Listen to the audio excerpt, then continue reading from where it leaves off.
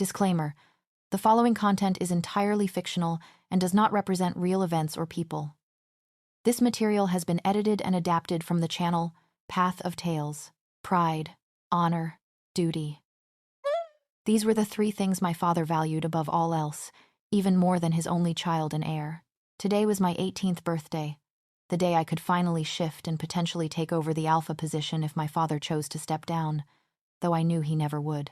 My father was the feared Alexandros Knight, alpha of the Alkeus Atu clan, and I was his sole heir, a fact he desperately tried to ignore. He refused to teach me how to run a pack, so I spent my teenage years hiding in the room next to his office, listening through a vent to learn about the pack's problems and how he handled them. I did it to spite him, determined to prove I was worthy of being a knight, a shifter, and an alpha. I was not weak, nor was I a pawn for him to use to gain favor. I sat up in bed, blankets wrapped around me, staring at a crack on the wall. I was too full of energy to sit still, let alone sleep. My alarm clock showed 2:03 a.m. Outside, the full moon shone beautifully on the lake, and a cold breeze moved my curtains. In the distance, a wolf howled, making me shiver. A painful pounding started in my head, and I felt hot and constricted. I threw off the covers, put on a shirt, and walked to the glass wall overlooking the valley below. The pack house was built on a peak in the Austrian Alps, secluded from civilization, with a stunning view of a lake surrounded by forests and mountains. The view was beautiful in the morning but captivating at night. The frigid breeze did nothing to cool the heat running through me or ease the pain in my head. I tried a cold shower and turning on the air conditioning, but nothing worked. The ache in my body grew almost unbearable. I knew what was happening but refused to accept it. Needing ice, I walked quietly down the stairs, avoiding squeaky floorboards. The pack house had 4 stories. The first held the kitchen, living room, game room, and offices, while the others were bedrooms and bathrooms. As I neared the kitchen, I noticed light coming from under my father's office door and frowned. I moved toward it silently and was shocked to hear Hunter's voice, as the offices were supposed to be soundproof. "You shouldn't have kept this from her," Hunter said angrily. "How do you think she'll react? Are you really willing to force your daughter into a loveless bond all for the sake of the pack?" My eyes widened in anger as I realized they were talking about me. 1,000 possibilities raced through my mind as I leaned closer, mentally reviewing every book I'd read on our traditions and everything the pack elders had told me. She is my daughter, the only female shifter. I'm finding a male worthy of her, strong enough to give her pups, to protect her, my father responded. It is her duty to keep the bloodline going, and I will not let her bond with any old mutt. She is my daughter, and it is in both her and my best interests to find a suitable mate for her. I have kept her comfortable all her life, never forced anything onto her, giving her anything she would ever want.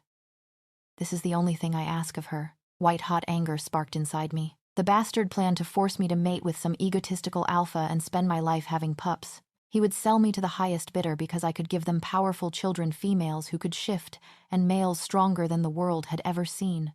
He didn't see me as a person with my own dreams. He just saw me as a broodmare who could save a species. I was not a thing to be controlled, and I was sick of his neglect and overbearing nature. With a growl that shook the walls, I slammed the office doors open and stormed inside, startling Hunter and Alex. "How do you think I would react?" I hissed, glaring at both of them, who looked caught. Hunter stuttered as I advanced on them. "You what? Pray tell, Hunter? Alexandros? You thought it would be all right to give me off to some alpha so he could use me for breeding? Lock me away so he can rule the pack and use me?" I shouted, a tear running down my face.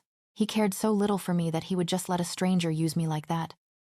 If you ever paid any attention to me, you would know how long I have wanted to make you proud, to step up and take over the pack. Now I realize that will never happen. You're so blinded by your pride and ego that you would never let a girl be your heir. I turned my gaze on Hunter, who stood shocked and scared. He should be. There's nothing worse than an angry she-wolf. And you, I trusted you all my life, thinking you were there for me, and then you go and do this. You were going to sell me out without a backwards glance. Jenna. "No!" I shouted, tears streaming down my face, blurring my vision as the pain in my head intensified. If I were a boy, I would be your pride and joy. But I'm not, and I know just how much that pisses you off. So I'm so very sorry for letting you down. The room was silent except for my panting. Years of silence had led to this moment, and I couldn't be angrier. The pain spread from my head throughout my body, to my fingertips and toes. A loud snap echoed in the room, and I hissed, clutching my right hand as my pinky finger stuck out at an odd angle. I gasped, looking at my hand. Why was my finger broken? Was I shifting? I looked up to see a giant smile on my father's face, as if I hadn't just been yelling at him for his plans. "Jenna, it's... Don't you dare!" I screamed, backing away as he walked toward me with his arms outstretched. "Don't you dare pretend to be happy," I yelled as my ring finger snapped. "For years, all I wanted was your approval, your love. I wanted you to treat me like you did when I was little. It's too late now. You can go shove it and the title up your arrogant ass. I hate you." As my middle finger snapped, I opened the door and bolted from the pack house, running faster than ever before. It began to rain as I ran down the mountain slopes, weaving through trees. Tears streamed down my face, and more bones in my hand snapped. It hurt so much. I heard a howl from the pack house, one filled with sadness and pain. My steps faltered at the bottom of the mountain, a forest spreading out before me. All the small bones in my fingers were broken and sticking out at odd angles, muscles torn, and blood pooling under my skin. It was a gruesome and painful sight, and I knew the pain was only just beginning. I stumbled into the forest as my arms slowly broke, muscles tearing and blood vessels bursting. The pain was overwhelming, and I could run no further. My legs shook, and I tumbled to the ground as my knees popped from their sockets. I rolled onto my back, watching the first rays of light spread across the horizon, painting the sky in tones of purple, pink, red, yellow, orange, and blue. My limbs were pulverized, but it didn't stop there. Next were my hips, and I whimpered, begging for it to stop. This had to be worse than childbirth. It was no wonder females didn't shift. Slowly, one by one, my ribs began to crack. It was the most painful thing I could imagine, like my body was being pulled apart until nothing was left. But I knew it would be over soon, and I would be a wolf, the only female shifter. I was considered a commodity, not a person. If everyone could shift, I wouldn't have guards for friends and wouldn't be fought over. If only. Everything was magnified. The crisp leaves swaying above, the scent of fresh rain, the chirping of birds. Black spots danced in my vision as the last rib cracked. I knew what was next. My spine. A scream escaped my lips, morphing into a pain-filled howl as my bottom vertebrae snapped and stretched. A howl I'd never heard before echoed nearby, and the sound of paws pounding the ground grew closer. My heart rate skyrocketed. I desperately wanted to run back to the pack house. I was in danger, vulnerable and alone. I tried to calm down, but the scent of the approaching male wolf filled my lungs. He smelled like the forest. It was delicious. But something was off. Underneath his natural scent, he smelled like dirt. He was a rogue. Rogues are vicious werewolves with no pack. They are ruthless and dangerous. Sheer panic gripped me. I tried to move but was paralyzed, nearing the end of my shift. The sun rose, its light temporarily blinding me. Another crack filled the air, mingling with my whimper. Tilting my head, my eyes widened as a brilliant onyx wolf with piercing, nearly black-green eyes strolled into the clearing. A whimper escaped me as the bones in my face began to break, and tears poured from my eyes. It hurt so much. How had I stayed awake this long? My eyelids grew heavy as the wolf approached. Another crack sounded as my back began to morph. The wolf nudged my leg with his cold muzzle, and a surprising warmth and sparks ignited at his touch. Everything disappeared, and I felt nothing. I felt more alive and free than ever before. Keeping my eyes closed, I stretched my limbs and sighed, but a whimper escaped instead. My eyes snapped open to see two furry black legs with paws and sharp claws in front of me. I yipped in surprise and looked at the rest of my body. Something wasn't right apart from being a giant black wolf. I was in a bedroom on a pile of blankets, but it wasn't my room, and I wasn't in the pack house. The scent of the male rogue from the clearing was heavy in the room. I sprang up on unsteady legs and spun toward the scent, hackles raised, baring my teeth at the disinterested-looking male sitting in a chair. His hair was thick and black like my father's, and his dark green eyes were fixed on me with a piercing stare. He had thin pink lips, stubble on his sharp jaw, and strands of hair falling over his forehead. He stood, growling low in his throat. He was easily over 6 feet tall and packed with muscle, commanding attention. This man had an alpha's aura and was clearly trying to intimidate me. A lesser wolf would have cowered, but I wasn't a lesser wolf. I was an alpha, born from the deadliest she-wolf and the most powerful alpha male. I would not cower before a rogue, no matter how tantalizing. I glared at him, a loud growl building in my chest as I backed toward the large window. I knew I would lose a fight. I had just shifted, and as a female, it'd be smaller than most males. Id had no proper training, only watching fights from my window. My father had never allowed me to participate, probably scared I'd turn out like my mother. Before my eyes, the man morphed into the same onyx wolf that had found me. His bones broke and realigned, muscles tore into a new form, and his features stretched into a wolf's. In seconds, he towered over me by a foot, crouching and growling, mirroring my posture. I knew that by trying to escape, I was igniting his instinct to chase, but I didn't care. I just wanted away from him. His presence was unnerving. The rogue moved toward me with supernatural grace, almost cat-like. I skittered back until I was against the window. He launched himself at me. Glass shattered as I fell from the second-story window. My heart pounded as he tried to pin me. The wind was knocked out of me when I landed on the ground, though the wolf Id landed on absorbed most of the impact. Gathering my wits, I stood, shook the glass from my fur, and took off running toward the trees. Running on 4 legs felt awkward at first, but I quickly adapted. I could feel him on my heels as I weaved through the trees, gaining speed. I made the mistake of looking back, and just as I reached a clearing, my foot caught on a branch, and I went flying. I landed with a crash, sliding across the grass with a loud thud. I moaned in pain, the sound more of a whine. The fall had hurt my pride and my body, but there was no time to dwell. The rogue couldn't be far behind. I stood slowly and raised my head, only to come face to face with a dozen huge wolves watching me. I bared my teeth at them, preparing to flee again, when a growl from behind made me whip around to face the rogue, my supposed mate. He stood fuming, growling like a rabid dog. He was terrifying. He strode confidently toward me, keeping his eyes on me. I was growing sick of this. I wanted to leave or at least stop being chased. Most of all, I wanted to know what they planned for me. I couldn't believe my luck. I run away because my father wants to mate me off to an alpha, and then I find my actual mate. I never wanted this. Mates only lead to destruction. My parents were proof. I never knew my mother, but her death destroyed my father. She'd given her life to kill one man selfish, if you ask me.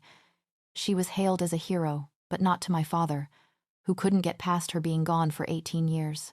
I looked the rogue in the eyes as he approached, showing him I wasn't to be underestimated and wouldn't give in easily. I might not win a fight, but I would try. Without warning, he leaped, trying to pin me. I dodged and ran east, away from my mate and his friends. My heart threatened to pound out of my chest as I ran, focusing on the distant mountains. If I could reach them, I could hide. I was forced to the ground as a heavy weight landed on me. I struggled, scratching, biting, and snarling like a trapped animal. His teeth closed around my throat, trying to make me submit. With my smaller stature, I twisted, his teeth digging into my neck as I evaded his grip. I felt tired and knew I wouldn't win, but I wouldn't go down without a fight. I jerked around, channeled all my strength, and lunged at him, attacking him everywhere. He froze, surprised at my retaliation. As I bit down on his leg, coppery blood filled my mouth. Shocked by the taste, I released my hold. His angry snarl reverberated through the clearing. He was very, very pissed. I don't know what happened, but one moment I was a wolf, and the next, I was on my back, completely unclothed, with a huge, growling black wolf standing over me. I showed my neck in submission, knowing I might have pushed him too far. He began sniffing and licking my neck, seeming to enjoy himself. After a few minutes, I grew tired of it. Though I'll admit it was a disconcerting feeling. I was no shy virgin, but no one had ever made me feel like this. I pushed him off me and stood up. I had never been and never would be ashamed of my body. I was covered in lean muscles from training with Hansel, who had reluctantly gone against my father's orders. He growled, glaring at the other males who were watching me with interest. Their gazes snapped away. I walked over to a pile of clothes and slipped on a shirt. I didn't want the rogue to snap and kill someone for looking, though it would mean fewer men to stop my escape. "Stop it!" I demanded as his growls escalated. "Just point me in the right direction and I'll be going," I said, crossing my arms and looking for anything familiar. All I could see were trees. Popping and snapping sounds started behind me, and I turned just as the rogue alpha stood on 2 legs again. My gaze ran over his body. It was a work of art. "You're not going anywhere," he said gruffly. "You're mine now." I met his heated gaze coolly, trying to think of a way out. Never. He would hold me back, use me to create strong pups he could control. It's all anyone ever wanted from me. I knew they'd catch me if I ran. I was newly shifted, and these men could be hundreds of years old. I also had no idea where I was or where to go. It told my only family member I hated him, though he deserved it. I didn't want to wander off and run into hunters or more rogues. I can see your mind racing. Just know, Jenna, that there's nowhere to go and there's not a pack around for miles. No one will help you, and will catch you no matter where you run. I shrugged, trying to keep my cool. I was royally screwed, and it was my own fault. You can try. I shifted quickly and took off in a random direction, weaving through trees and splashing across a creek to cover my scent, heading for the mountains. I was stopped by a huge black wolf, the rogue. Damn. I spun around and ran in another direction, only to be stopped by a huge sandy wolf. I was surrounded. They shifted and grabbed me, hauling me back the way I came. Let me go! I kicked and screamed. When that didn't work, I shifted, slipping from their grip. I hit the ground, but before I could run, the alpha rogue snatched me up. He threw me over his shoulder and walked in front of his pack. His shoulder was hard under my midsection. I dug my elbow into his back and rested my chin on my hand, staring at the men trailing us, knowing it would annoy him.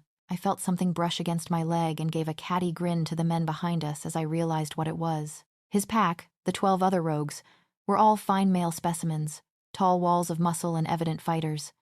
They were all intimidating and powerful. It was strange males this powerful shouldn't be able to be around each other without constant fights.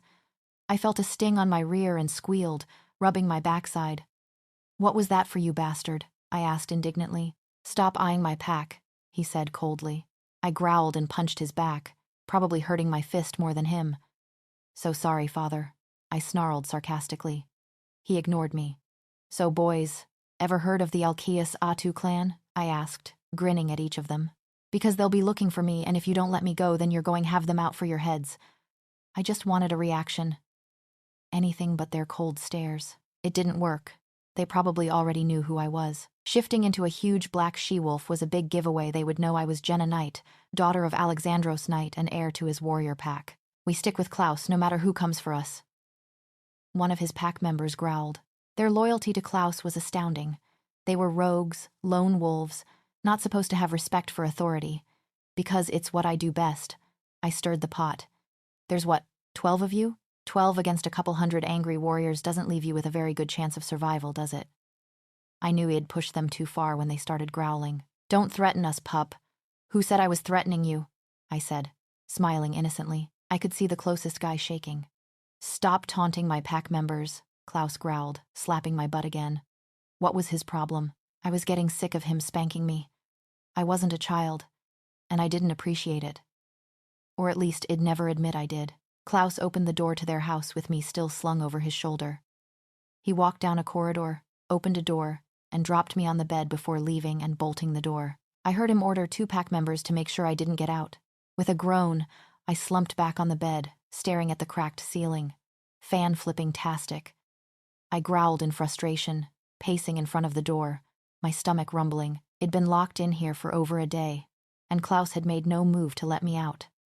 I could hear him and his pack laughing somewhere in the house. I stopped and looked at the wall next to the door. Surely. A small smile appeared on my face as I raised my foot and kicked with all my strength right through the wall. Idiots. They'd secured the door but left a plasterboard wall next to it. I pushed the plaster aside and ducked through the hole, getting covered in white dust. The house was suddenly silent. I strode toward the center of the house, my stomach rumbling. I was starving. As a newly shifted wolf, I needed food to sustain my changing body. I wouldn't run. I had no idea where I was and could run into worse things than this group. Strolling into a large room that served as a kitchen, living room, and dining room, I was greeted by the sight of 12 men sitting around a table. In front of them was a huge platter of fruit, and my mouth instantly watered. I strode up to the table, sat on the edge, and grabbed a handful of grapes and a few strawberries. I moaned as I bit into a large strawberry. I loved fruit. Growls echoed around the room, and I smiled as I opened my eyes to see the 12 males staring at various spots on the walls and floor. It seemed no matter what I did, I rubbed Klaus the wrong way. He stood, grabbed my wrist, and started dragging me from the room. I dug my heels in and ripped my hand from his grip, growling at him. I don't appreciate being manhandled. He turned and growled back, and I snarled in return. You kidnap me while I am halfway through my first shift. You fight me when I first wake up, drag me back here when I run, and then lock me in a room for hours, I said, stepping closer and poking him hard in the chest. You expect me to sit in some room and starve while you eat with your buddies. I'm a werewolf and I need to eat, I yelled. And I'm so hungry I could eat a herd of cattle because you kept me in a room and didn't feed me. With a huff, I turned away, stole his seat at the table, and stuffed my face with grapes, much to the amusement of the men around me. Well, don't stop on my account, I muttered as they all kept watching me. I felt myself being lifted, and I squawked as Klaus took his seat back and sat me on his lap. I frowned at him but didn't move. We've not had female company in a long while, one of the men, a pretty boy, said. He had a straight jaw, piercing green eyes, a straight nose, and sandy brown hair. I rolled my eyes and swallowed my mouthful of grapes. No, I said sarcastically. I thought I was a man. Thank you for enlightening me. A few men sniggered, but he just smirked. Such a wonderful mate you have, Klaus. I rolled my eyes at his sarcastic tone but was too busy eating to care. Wait, I yelled after Klaus as he and his pack filed out the front door. Where are you going? Klaus looked confused. Training. I crossed my arms and raised an eyebrow. And you were just going to leave me here? The pack men always did this, leaving me behind with guards. When I asked to join, they'd laugh. Not anymore. I was going with them, and they were going to teach me how to fight. Yes, Klaus said without hesitation. What else do you expect us to do with you? Make daisy chains? He asked sarcastically, his face blank. I ignored his jibe and squared up to him. Teach me how to fight. There was a moment of silence before they all started laughing. I stood there as they bellowed, my frustration growing. Why was that so funny? Why are you laughing?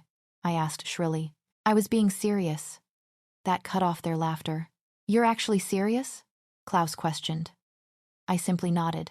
He smirked and narrowed his eyes. You won't last a day, little girl. I can try, I replied without missing a beat. At least let me join. If I complain, just once, I won't ask again, I pleaded. I needed to do this to prove to myself and these men that I was just as tough and capable as them. Klaus searched my face. I'm not going to go easy on you because you're a girl, or my mate, he said, looking like he thought I'd change my mind. I never expected you to, I replied. I'd be disappointed if he did. I had to prove myself like any other man. We do most of our training in wolf form and some hand-to-hand combat. Are you sure you can handle it? He asked. I nodded again. I can handle it. One complaint and I won't ask again. I needed this. If I couldn't do it, it'd feel like my father was justified in how he treated me. He seemed to see I wouldn't back down and gave a barely there nod. A smile spread across my face. I was trying to contain my excitement. We're running to the waterfall. Last one back fights me first, Klaus said as he stripped down to shift. I quickly shifted, ready to race. Watching him with a heated gaze, he was one fine man. He shifted into his black wolf and took off, followed by his pack and me. I kept up with Owen, the man who'd pointed out I was a girl. Every time he sped up, so did I. It was tiring. My chest burned and my legs were on fire, but I kept pace and stayed ahead of some of the boys. After half an hour, I could hear the rushing of water, and a huge expanse of water with a gushing waterfall appeared through the trees. I had begged for this, so there was no way I was going to complain about sore legs. I pushed through the pain and finished 11th. Not last, but close. I flopped down at the water's edge and lapped up the heavenly liquid. Get up, pup. That was just the warm-up, Klaus yelled as he shifted back. I held back a growl, baring my teeth at the water, no complaining. Don't tell me that measly run got you tired, he yelled as the other boys snickered. Measly run my ass. I hauled myself to my feet. 200 push-ups, he ordered. My eyes widened as the guys shifted and began. I shifted and joined in, clenching my teeth. I wouldn't say anything or give them the satisfaction of seeing me fail. My arms were shaking and my heart pounded as I reached 200. I held in a groan and flopped to the ground, panting. I felt a nudge and rolled over to see Klaus standing over me. Get up. We're doing self-defense. Hours had passed, and we were still training under the high Sunday. 200 push-ups, 300 sit-ups, half an hour of jumping jacks, and countless hours learning defensive and offensive moves as a human. I was ready to quit, jump into the lake, and wash off the sweat and dirt. I was shaking with exhaustion, but I wouldn't quit. I was too stubborn. I watched as Klaus faced off with Max as wolves. I could tell this would get rough. The fight started with Max going for Klaus's neck. Both wolves snarled and growled before Klaus clamped his jaws around Max's front leg and snapped the bone. I winced as the crack echoed. It was gruesome, the bone piercing his skin. It would need to be rebroken and reset later. Max fought back ruthlessly, hindered by his leg. Klaus pinned him, but Max kept fighting, kicking, clawing, and biting. I knew his leg must be hurting him, and he was proven right when Max let his defenses down for a second and Klaus clamped down on his neck, drawing blood. Max's body went still, submitting. It was so brutal. My pack never trained like this, with bloodshed and injuries. But as loners, these men had to train 10 times harder to survive. Klaus let a bleeding Max go, and Max limped over to me with a smile. My eyes were glued to Klaus as he fought the rest of his pack. His ebony fur shone in the sun, drops of blood sliding off it. He moved with a fluid, cat-like grace. If this were a fight to the death, it'd be running far away. He could probably take on my dad and win, which says a lot since my father is almost 900 years old and alpha of the most deadly pack in the world. With every pack member he took down, my dread grew, but I kept my face impassive. I had to face him and wouldn't run away. I was no chicken. When it was my turn, I strode toward Klaus with a confidence I didn't feel. I squared up to him, though he was a good foot taller, and looked him in his glowing green eyes. Without warning, he growled and lunged. Time slowed as I ducked and rolled under his massive body. I growled as he turned and came at me again. It became a game of cat and mouse, and I could tell he was getting sick of it.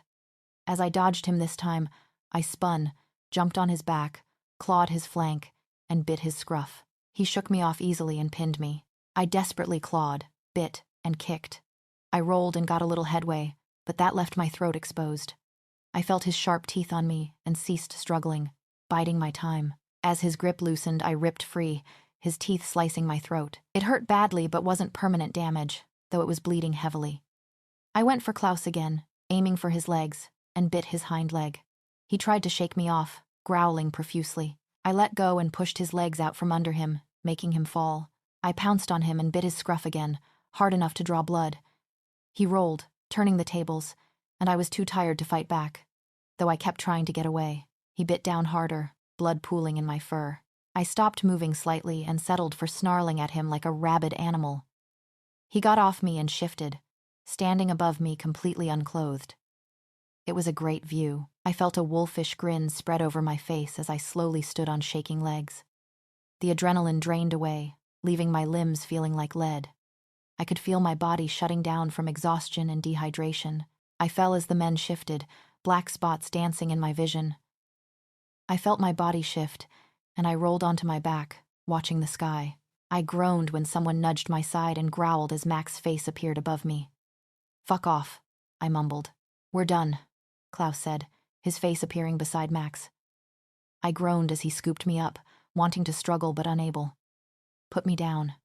My voice was hoarse as my throat healed. He looked down at me in frustration, though I could see he found my protest amusing. "What do you expect me to do? You're so exhausted that you can't even lift your arms, swim," I said. The cool water would be refreshing and wash away the dirt and blood. He sighed but began walking toward the river. "You're so damn stubborn you could have said something and sat out. Now you're suffering the consequences," he said, scolding me like a child. If I could have, I would have slapped him. I sighed and smiled in contentment as I rose slowly from the water. I had floated around the lake for half an hour before swimming slowly, unlocking my muscles.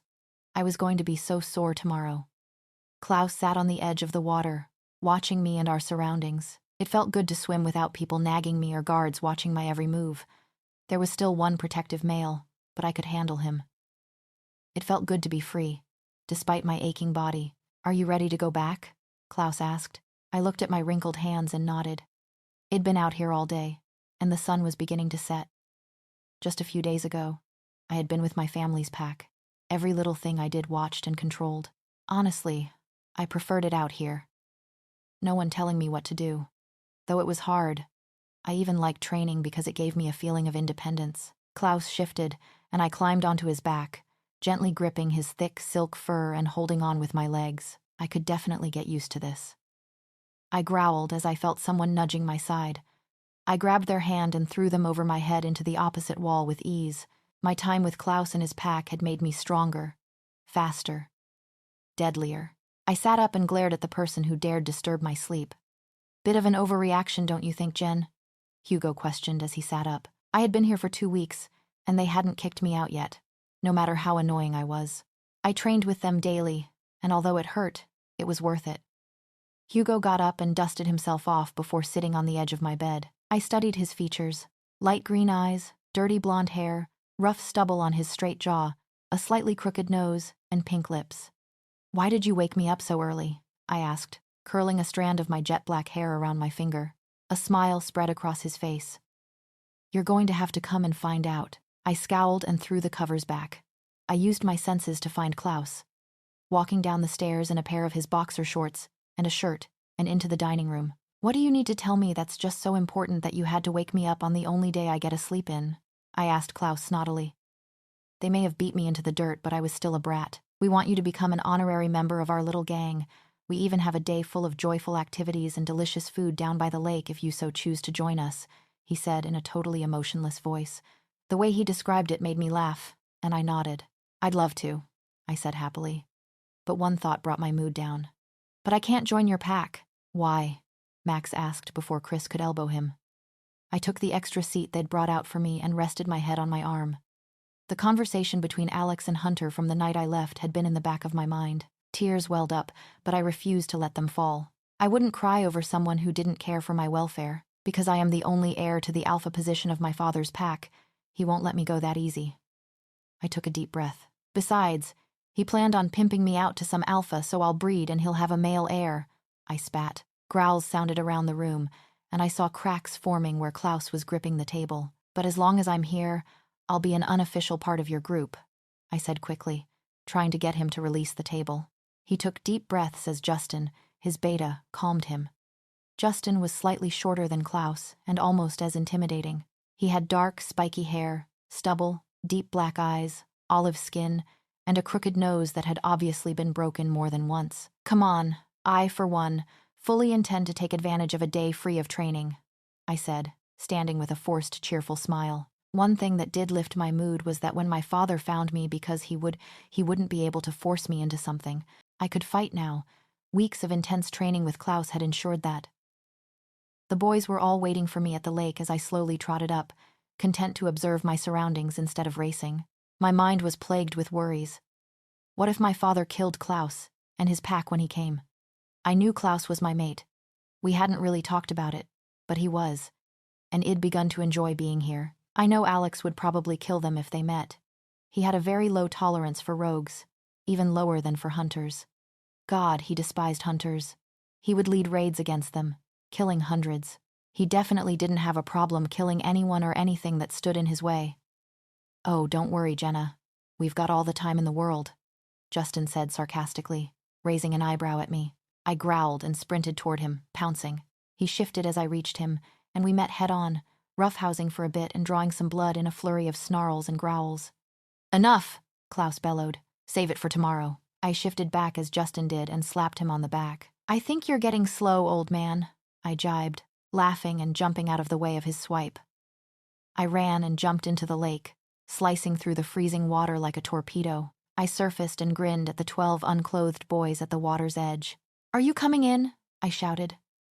Max, Chris, and Carter ran into the water without hesitation while the rest looked on. Klaus stood watching me with his piercing green eyes. I shot him a flirty wink and dived under the water. Someone grabbed my ankle. It was Max, with his cheeky grin. He pulled me back, and I kicked him in the chest, hard enough to get him to let go, but not enough to do real damage. Around me, the water blurred the world above. I enjoyed the silence it provided, a quiet moment to relax. As my lungs began to burn, I surfaced, flicking my long black hair behind me. I looked up at Klaus from under my eyelashes, biting my bottom lip. "Join me," I said huskily. I watched his eyes darken and grinned. He wasn't immune to my charms. He growled and strode into the water toward me as the rest of the pack cleared their throats awkwardly. I ducked under the water and swam away. His wolf would chase me. It was our natural instinct. I smiled as I swam under the waterfall and surfaced inside a small cave behind it. A squeal escaped my lips when someone grabbed my ankle and pulled me to them. Klaus surfaced right in front of my face. "It's not nice to tease," he growled. I gave him a cheeky smile and wrapped my arms around his neck, pressing my chest against his and wrapping my legs around his waist. "I'm sorry, how can I possibly make it up to you, Alpha?" I asked mockingly, though my voice was a little husky. His lips curved into a smirk as his chest rumbled. "I can think of a few things." He smashed his lips to mine, and I licked the seam of his lips, tightening my legs around his hips. He swam to the rock wall and pushed me against it, the rock digging into my skin. I growled and ran my hands through his hair, tugging roughly. He growled back and forced my mouth open, biting my lip hard. I hissed, raking my nails down his back as my hips moved against him while he squeezed my rear. Klaus broke away and growled, his body pressing me against the cold rock wall, his gaze directed at the waterfall, no longer on me. "What's wrong?" I growled lowly, pulling his face back to me. "Rogues," he growled angrily. I rolled my eyes and tightened my legs around his hips, pressing him closer. "You're all rogues," he snarled and shoved me off him. "More rogues." He began swimming away, but I grabbed his ankle. "Where do you think you're going?" I asked. "I'm not staying here while you go off and play." The pack had done that to me too often, and I wasn't defenseless anymore. His angry face turned to me, and I knew it was the wrong thing to say, but I didn't care. "You stay here, Jenna," I snarled, and dragged him back to me. He didn't resist. I snarled at him, biting his chin. No, I guess he decided it was pointless to argue. Without a word, he ducked under the waterfall and swam away. Growling angrily, I punched the water, trying to think of how I could get into the forest unnoticed. If there was a fight, I wanted to be there. I had a problem with authority. I ducked under the waterfall, watching the abandoned picnic basket on the bank. I scaled the rocky cliff and climbed the tallest tree I could find for a good view of the forest. Straining my ears, I heard growling and turned toward the sound, watching as a wolf with a woman on its back slid to a halt as 12 angry rogues circled him. Slowly, I crept down from the tree and shifted, running to stand next to Max. He shot me a quick glare but refocused on the rogue, who was growling but obviously terrified. I joined in, circling him, growling. Klaus was too focused on the intruder to sense me since my scent was masked by Max's. As we closed in, the female hopped off the rogue's back, and he shifted. "We mean no harm. Please don't attack us." I could tell it hurt his pride to say that, and had there been fewer of us, he would have attacked. Klaus knew this too. The woman's gaze moved around the wolves, and a gleam appeared in her icy blue eyes. She could have the protection of a small pack of unmated males if she opened her legs. In the supernatural world, safety is everything. I growled, glaring at her as Klaus shifted. She was eyeing my mate, and I couldn't have that. She was pretty dirty, blonde hair, icy blue eyes, thin pink lips. I already hated her. Deep down, I knew I shouldn't be acting like a jealous mate when Klaus hadn't even addressed us being mates or showed interest in marking me. Wed made out, but I knew that meant nothing to him. I growled and tried to walk forward, but Max and Justin stopped me with pointed glares. Klaus didn't need the distraction. I huffed and watched as he squared up to the male and the girl, growling low in my chest. "What are you doing on my territory?" he demanded. The male sneered at Klaus, and I knew Klaus wouldn't hesitate to rip his head off if he kept it up. Passing through, I knew he wanted to say more but kept his mouth shut. The girl, probably my age, nudged his hand and whispered something so low even I couldn't hear it. He nodded solemnly and turned to Klaus. "We would like to know if we can join your pack," he said with a hint of disdain that I easily picked up. Klaus stood in front of him, arms crossed, jaw ticking.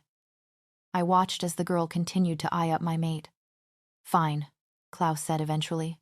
He turned his back, shifted, and ran back to the pack house, fully aware of every move the male with the female on his back made. I ran near the back of the pack with Max. Justin ran next to Klaus while the other boys created a barrier between me and the rogue. I rolled my eyes and huffed.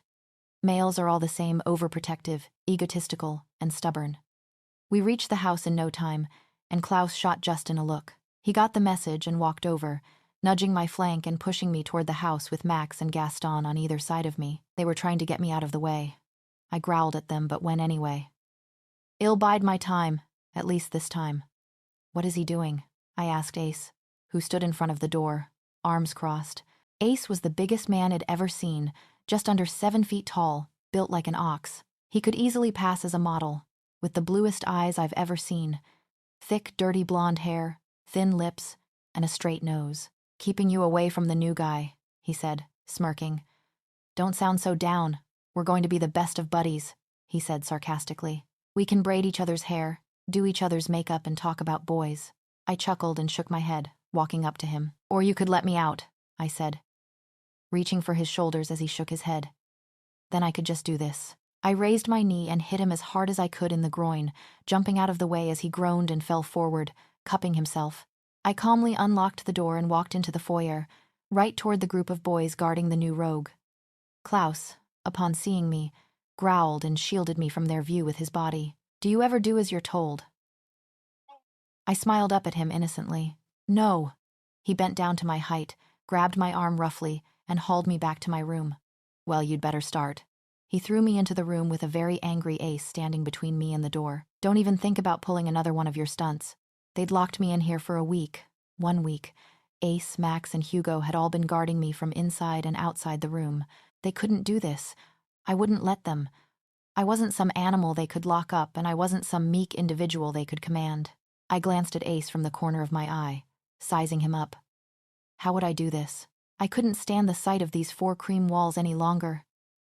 I was literally going mad, rabid, even just sitting here with my wolf pacing back and forth in my head, growling and snarling. A knock on the door signaled food, and I smiled to myself. The door slowly opened, and I bolted, knocking the tray out of Max's hands. I ran through the house without stopping and pushed the main doors open, shifting as the sunshine hit my face. It felt so good to shake out my fur and run into the forest. It was a gorgeous day, the sounds of the forest only broken by loud howls. Klaus was after me. Honestly, he was more of a jailer than a mate, and I was sick of him. He had thrown me in a small room with 3 other males and left me for a week while he entertained another female. Bastard. Well, I had some news for him. If he didn't do something soon, talk to me, mark me, something. He could either appreciate me or lose me. I wouldn't take the same crap I took from my father, from him. Not this time. A blur of black streaked past me, and I stopped in my tracks as my mate stood in front of me. The pent-up anger of the last few days spilt over, and without a second's thought, I attacked him. Lunging forward, I snapped at his legs, breaking skin and drawing blood. It didn't satisfy me, though. Oh no, not even close. He seemed shocked for a second before he snapped out of it and retaliated, trying to jump on my back to pin me. I wasn't stupid or slow, though. I had learnt a lot from him and the boys in the last few weeks, and I had no problem using that knowledge against him. I dodged his body and snapped at his underside as he flew over me. Never mess with a mad she-wolf. We were a blur of fur, teeth, and claws, a jumble of snarling, growling, and snapping. We left a trail of destroyed forest as we fought, and I wasn't holding back. Taking chunks of fur and skin, drawing copious amounts of blood, tearing into each other. By the time he managed to pin me down, we were both heavily bleeding, limping from the many bites, cuts, and broken bones. He bit into my scruff and covered me with his body, rubbing his scent all over me.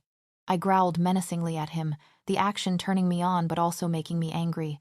He was acting like he owned me, covering me in his scent. I threw him off and snapped at his face when he got up, glaring at me.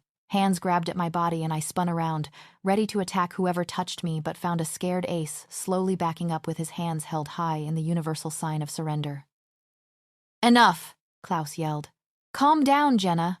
Holy cow, she's brutal, I heard exclaimed, and my eyes landed on the new male rouge. I growled and bared my teeth at him, which only made him smirk. And feisty. Imagine how she'd be in private, he hooted.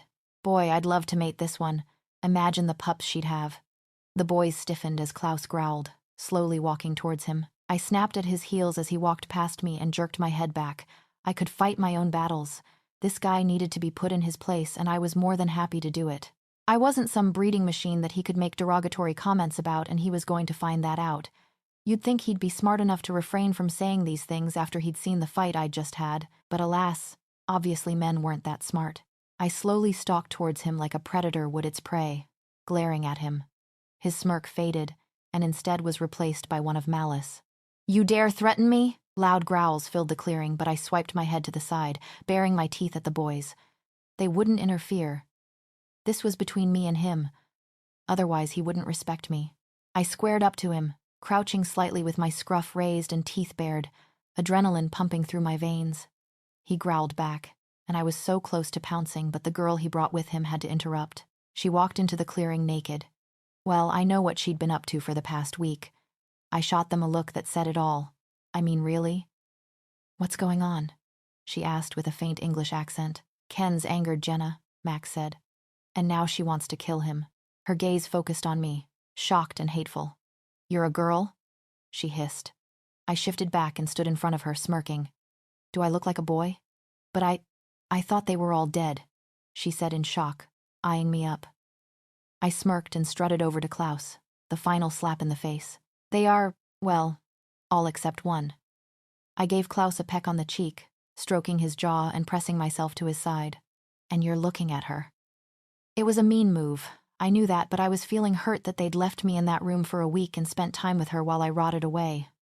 Who knows? Klaus could have been with her while I was left unaware. Klaus pushed me away and looked at the boys. Training session? I growled but nodded in anticipation. He'd literally just pushed me away in front of his pack and two others, one who was trying to poach my mate. The other boys agreed, and I smirked at Ken and his companion. They didn't know what they were in for. Faster, harder, Klaus growled at me. I growled back and glared at his smug face, raining blows down upon him. My arms were turning to jelly and my chest hurt, but I kept going, blocking any punches he managed to throw and kept up my attack. Before Klaus even realized it, I kicked his knee out from under him and he grabbed my arm as he fell to the ground. I landed on him with a thud and cheekily smirked down at him as I straddled his waist and rubbed my hands up and down his chest. His eyes darkened and he growled, gripping my hips with a bruising force. I felt a reaction from him, and before anything else happened, I jumped off him and high-fived Max. After all, I didn't want to give the others a free show.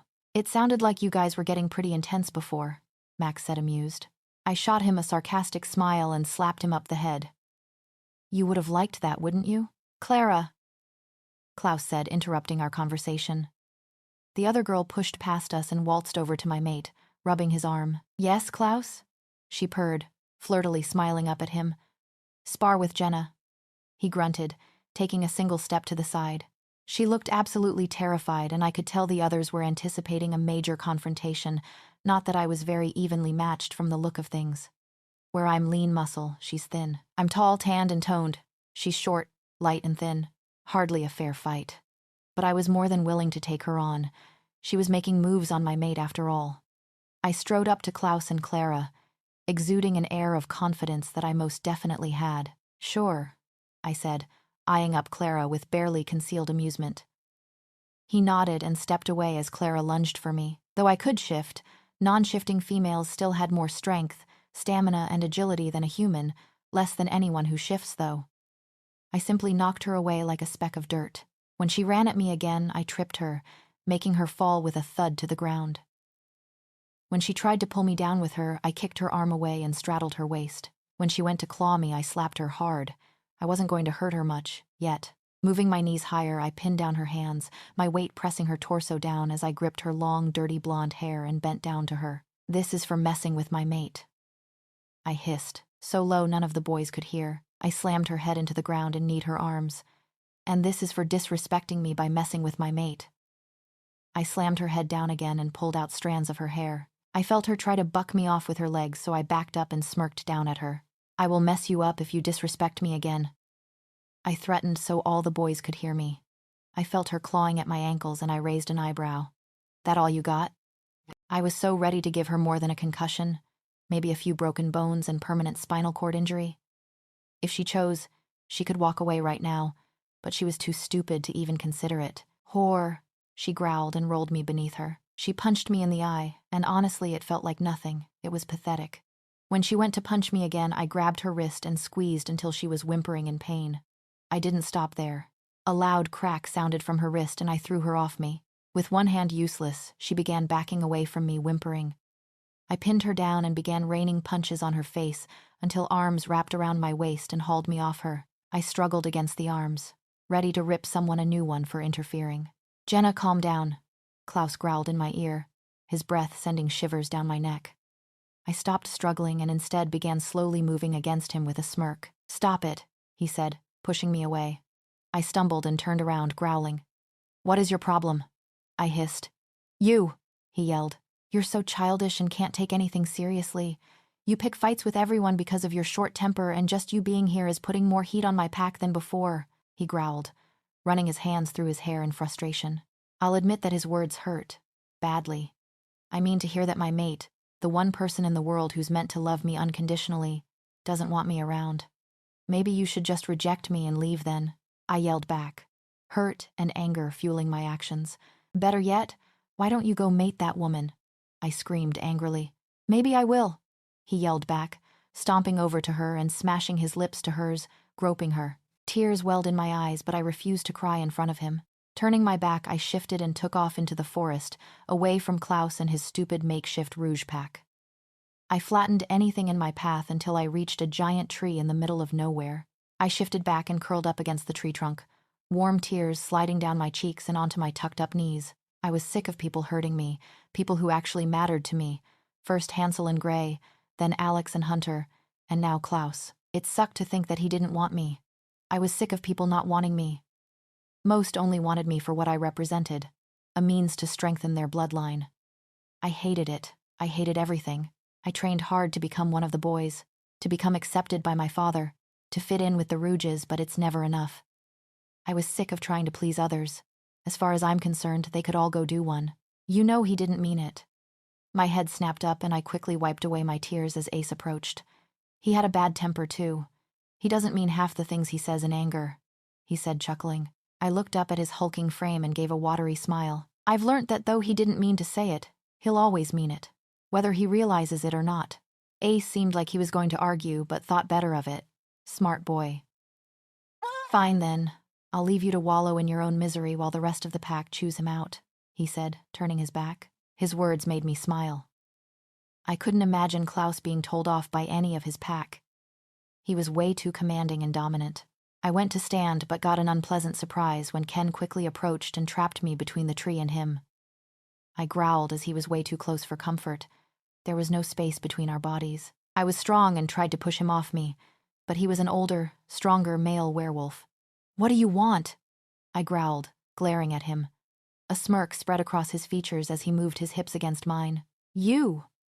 His face descended and began sniffing my neck, and I growled, more like roared, loudly. I felt him press kisses where my mate was supposed to mark me and began struggling, growling, hissing, and snarling at him. I felt the tips of his canines as he opened his mouth to bite down and went to shift, to tear him into pieces, but I was beaten to the punch by one very angry male wolf. Ken was ripped off me and thrown to the ground where Klaus pounced before he could defend himself and literally attacked his face. I sighed and slid down the tree trunk, watching Klaus wearily as he approached me. Still very, very mad.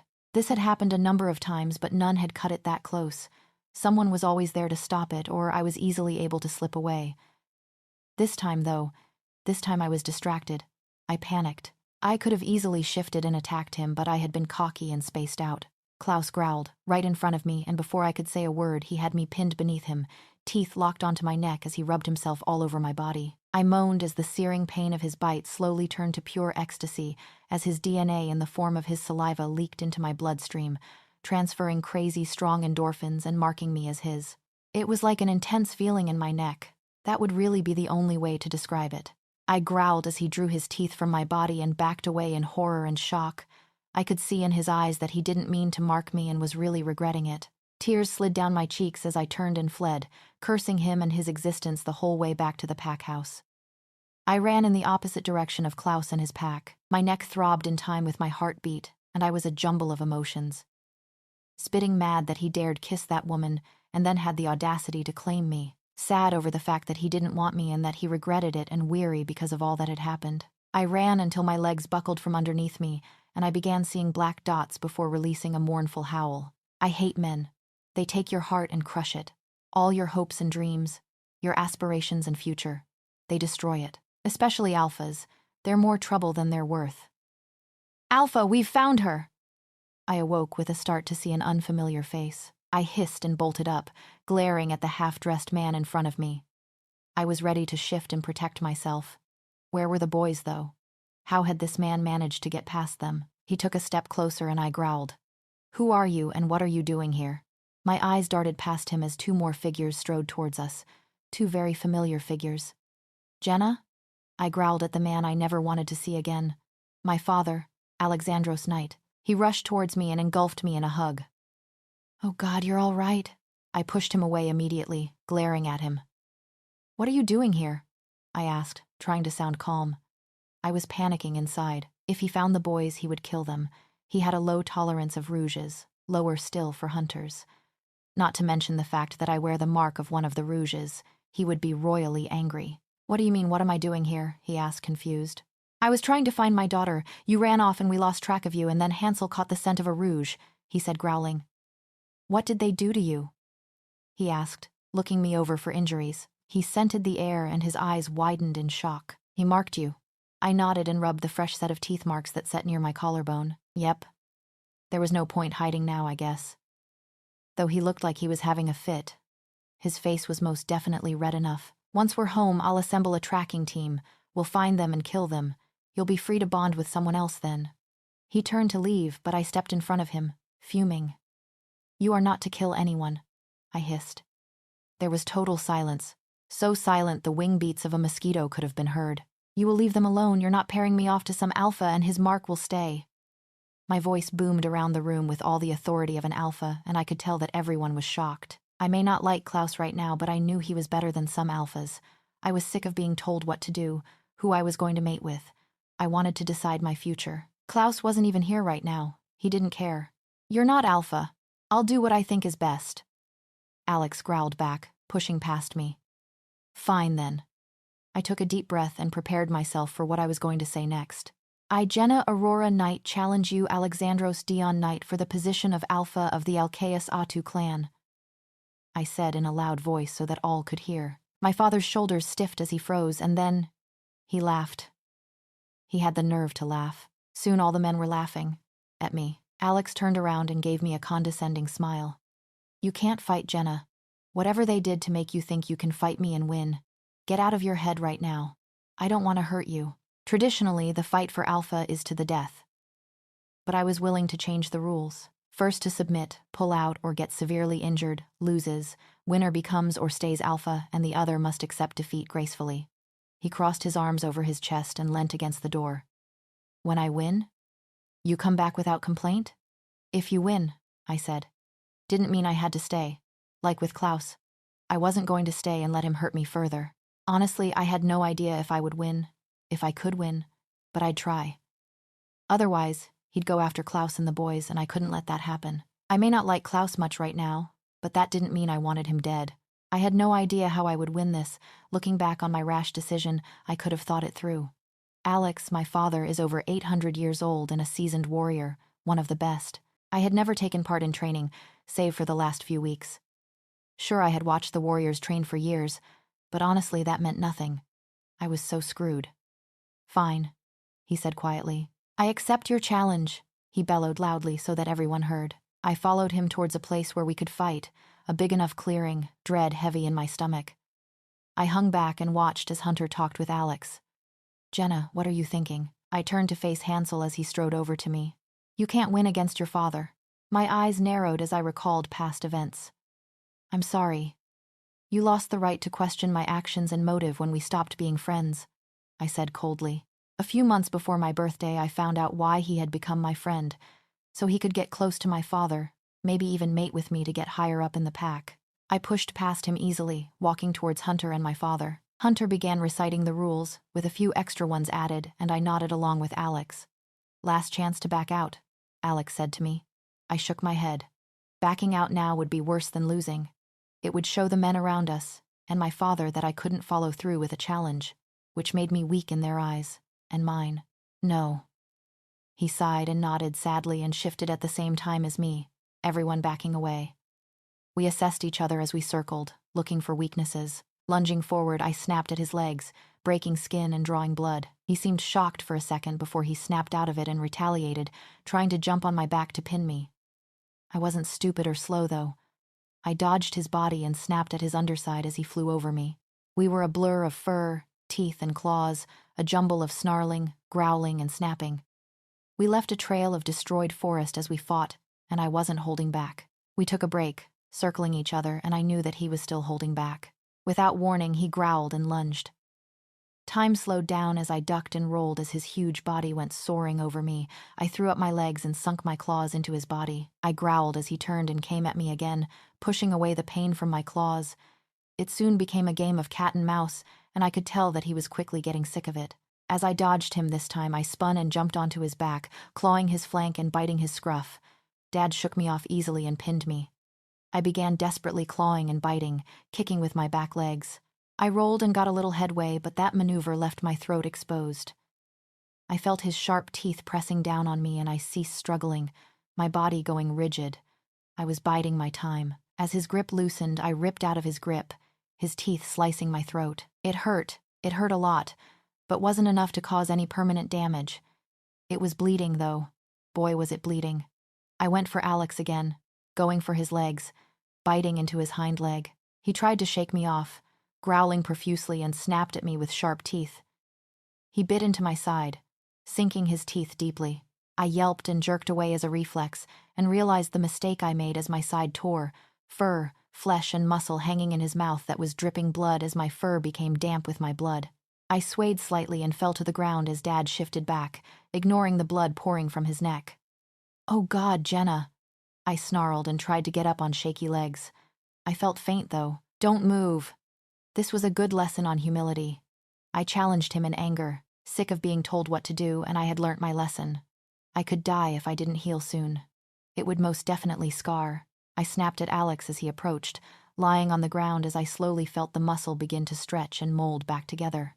I knew that it was a gruesome sight, so I kept my gaze on a nearby tree, resisting the urge to scratch the wound. Healing was always unpleasant. I had lost the challenge, and true to my word, I would go back with him. But I still didn't know if I would stay, especially if he didn't clean up his act. I shifted back as I felt skin slowly stretch over the disjointed muscle and tissue, creating a bright red, ragged scar on my rib. There was total silence as I sat up, shoving away anyone who tried to help as I stood. "What was that?" Hunter asked, approaching angrily.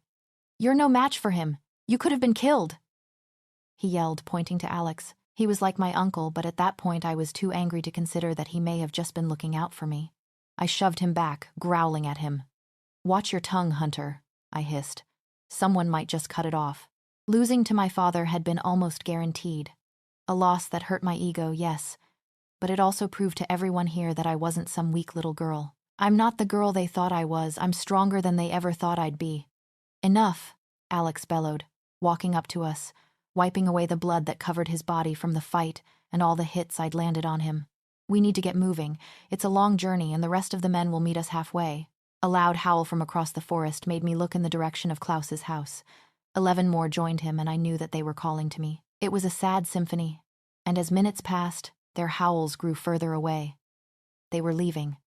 The bastards were abandoning me. Not like I expected them to escape, Alex. I don't know what I expected, but for them to turn tail and run just wasn't what I'd expect from Klaus and his pack. I guess it was best that they left. There were 15 men here, and all were trained. Not that I doubted the Rouge's skills, but these men weren't to be messed with.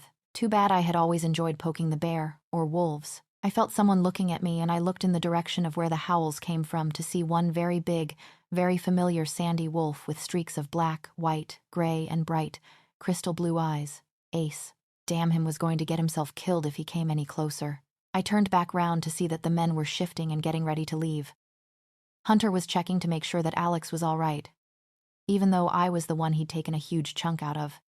Stupid males. Facing Ace, I glared at him and flicked my head, trying to get him to leave. He shook his head and slunk back into the shadows as Hunter approached me, checking my side. I growled and moved away, shifting into a wolf as we left.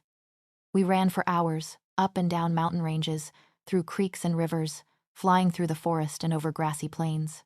Evidently, I had run halfway across Austria to the border of Hungary, where Klaus had found me when I first shifted. My father's pack lands covered half of Europe, from Finland, Sweden, and Norway, down to Greece and Germany. Most of our pack lived in or around the pack house, deep in the Austrian Alps, where not many humans ever went as we sat on top of a small peak with mountains surrounding us. No one would dare attack us, and if they did, it would prove very difficult. We ran all through the night, the stars and the moon, the only natural light.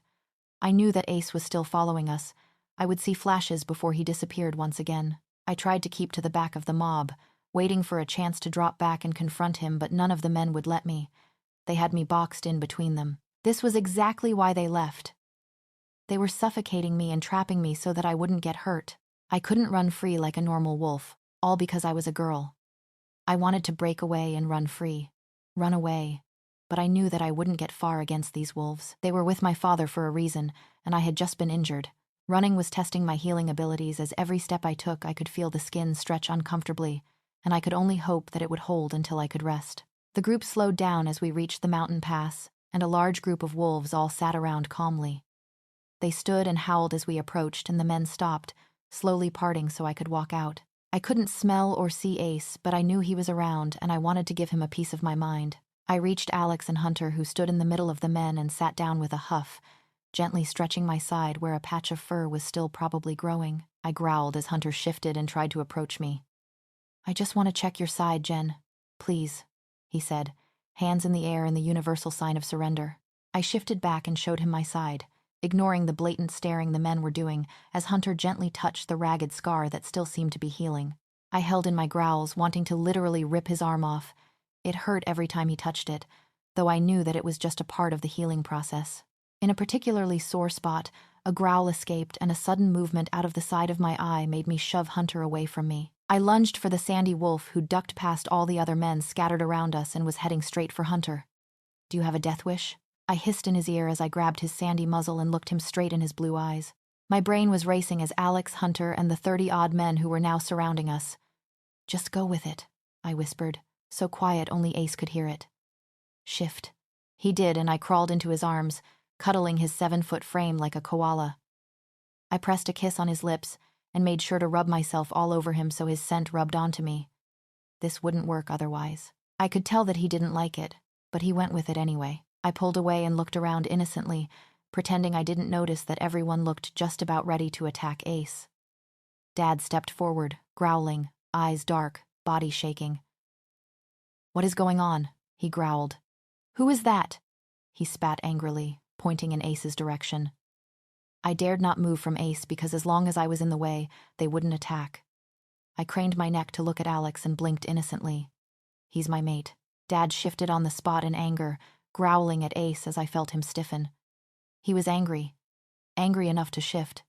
This wasn't good. I could take Ace out right now, but I knew it wouldn't undo what had been done, so I took a deep breath and hopped down, leaning against Ace's back as his hands wrapped around my waist. He was respectful, careful of where he touched me. I knew it was because of Klaus and his respect for me. "Calm down, Dad," I said, adding the last bit at the end in an attempt to calm him down. It seemed to do the trick, and he shifted back. I took a deep breath and felt Ace sigh in relief. I looked around then to see everyone still on edge and noticed that Hansel was glaring at both of us, specifically me. He looked like he was ready to kill me and bury my body in the woods. "Who is this and why is he touching you?" he growled, striding up to me. I looked him calmly between the eyes, not directly into them, and gave a small smile. "He's my mate.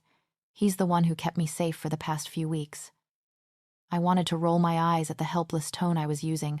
Saying stuff like this made me feel sick, but Ace was stupid enough to come here, and now I was on damage control. He eyed Ace wearily but nodded.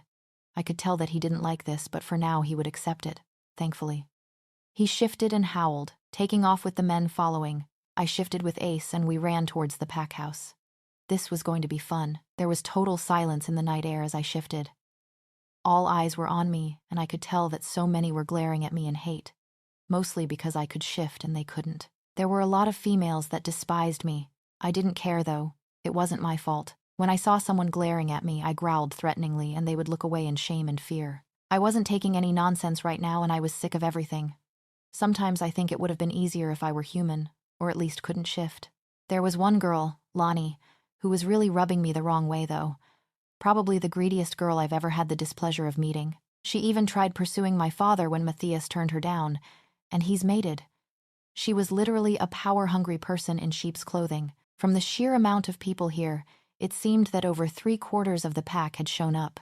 I growled at Lonnie, and when her glare didn't falter, I moved away from the men who were escorting me through the crowd to the front. I walked right up to her and asked very calmly, "What is your problem?" I wouldn't have any disrespect from anyone in this pack. Even if I wasn't the alpha, I was of strong blood and I wouldn't tolerate disrespect from anyone. She kept silent and her glare disappeared as I felt Ace walk up behind me. I watched as her face transformed into one of total innocence, widening her eyes and taking a submissive stance. "Jen?" Ace's arms wrapped around my waist as he finished slipping a huge shirt over my frame. He was playing his part well. Too well. What's wrong? He whispered. I knew that everyone was watching me, and as Ace squeezed my waist, I knew that I had to keep up the pretense of us being mates. I watched as Lonnie eyed up Ace and I grabbed her neck, lifting her off the ground and growling in her face as she clawed at my hands. Putting her in her place gave me great satisfaction, though. She was 2 years older than me and had always made a point to bully me when no one was around. Make my life difficult. Don't eye up my mate, I hissed, though those weren't the words I really wanted to throw at her. I refrained, though. I could feel her trying to nod, but my grip on her throat stopped movement. Ace stood patiently behind me silently, so I gave her one good squeeze as her face began turning blue and dropped her to the ground.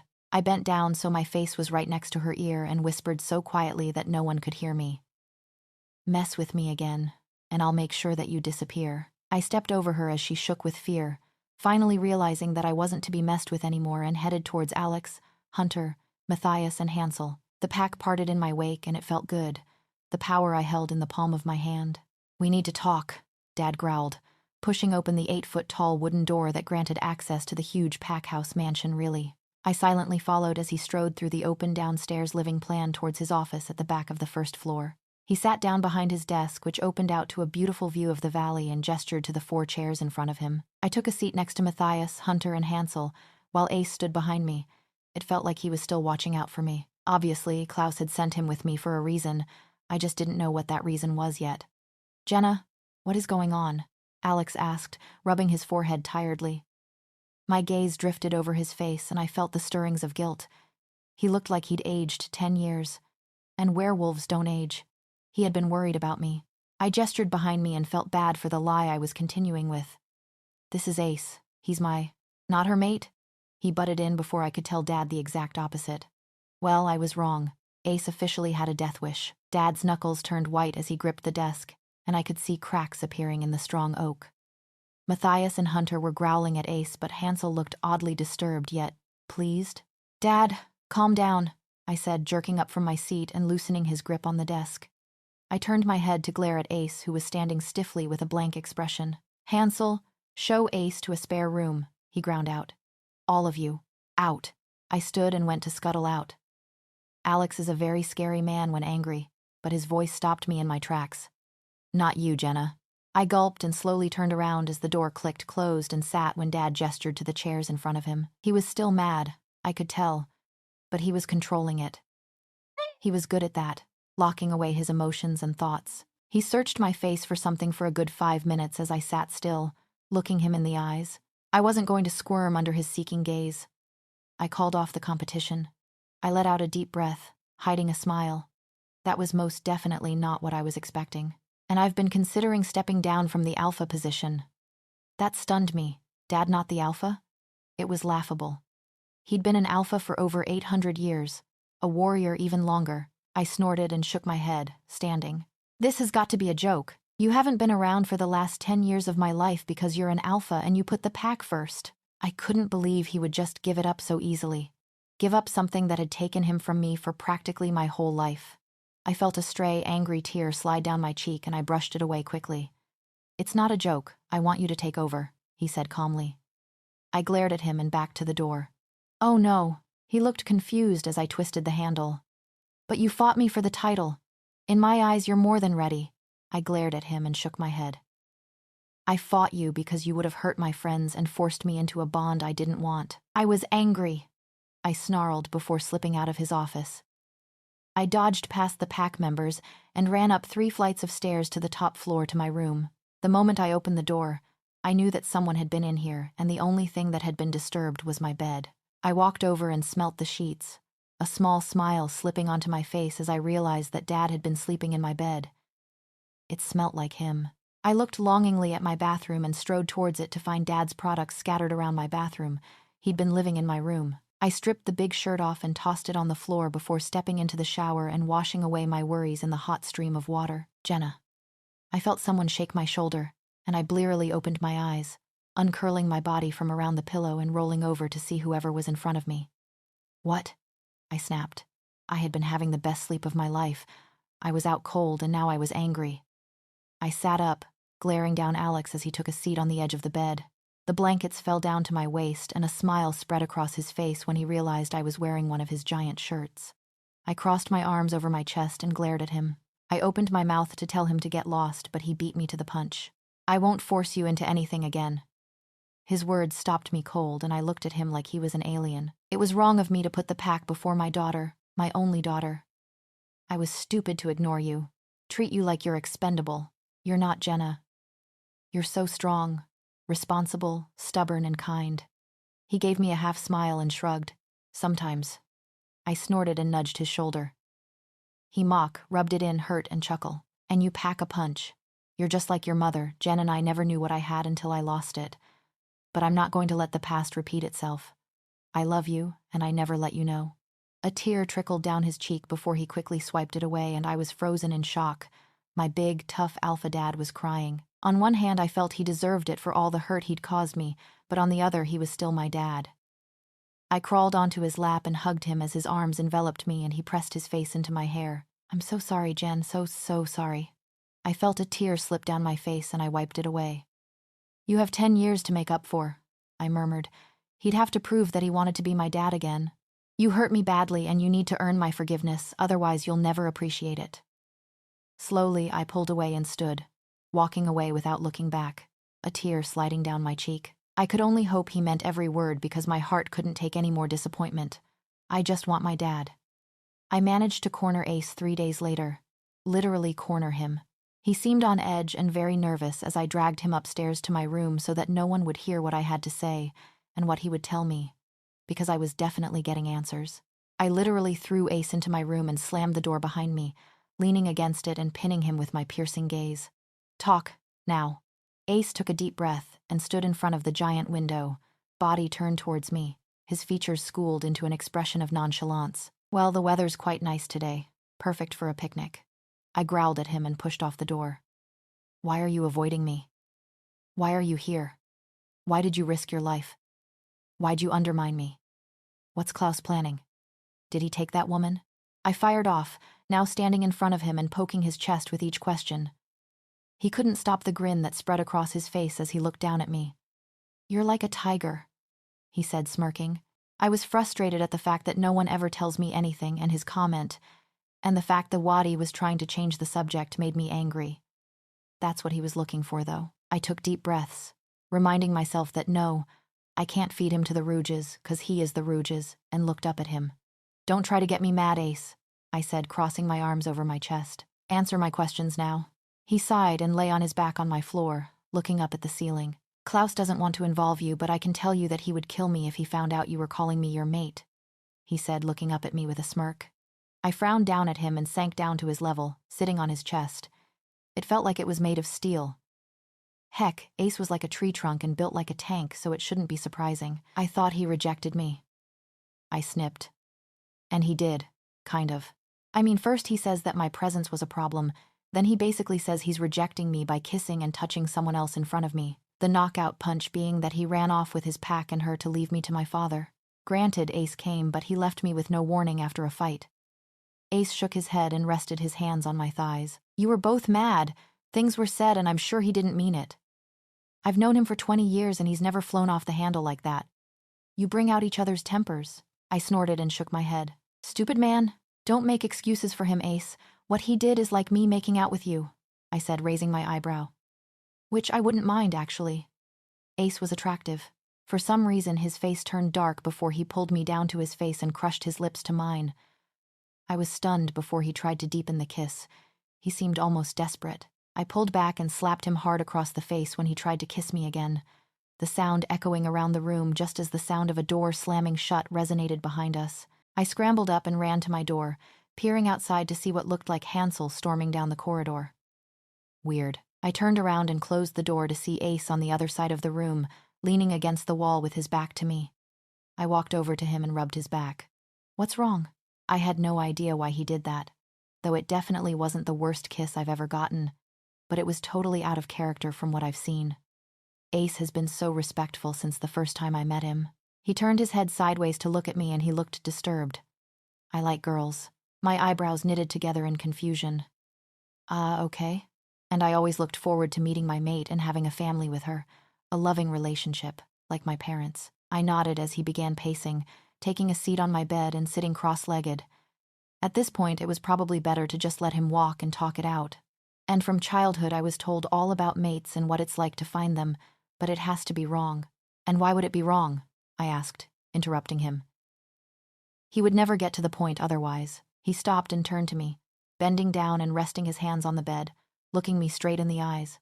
Hansel's my mate. At first, I was silent. Then I began laughing. You're funny, Ace. Hilarious, even. But I know for a fact that Hansel likes girls very, very much. Too much sometimes. When he didn't reply, I sobered up and with wide eyes, my thoughts flying 1,000,000 miles an hour, asked, "You're serious?" He shook his head sadly and sunk to the floor. "Honestly, I wish I was. This is so messed up. I only came here to protect you and now my mate's a boy." I slid down next to him and patted his back awkwardly.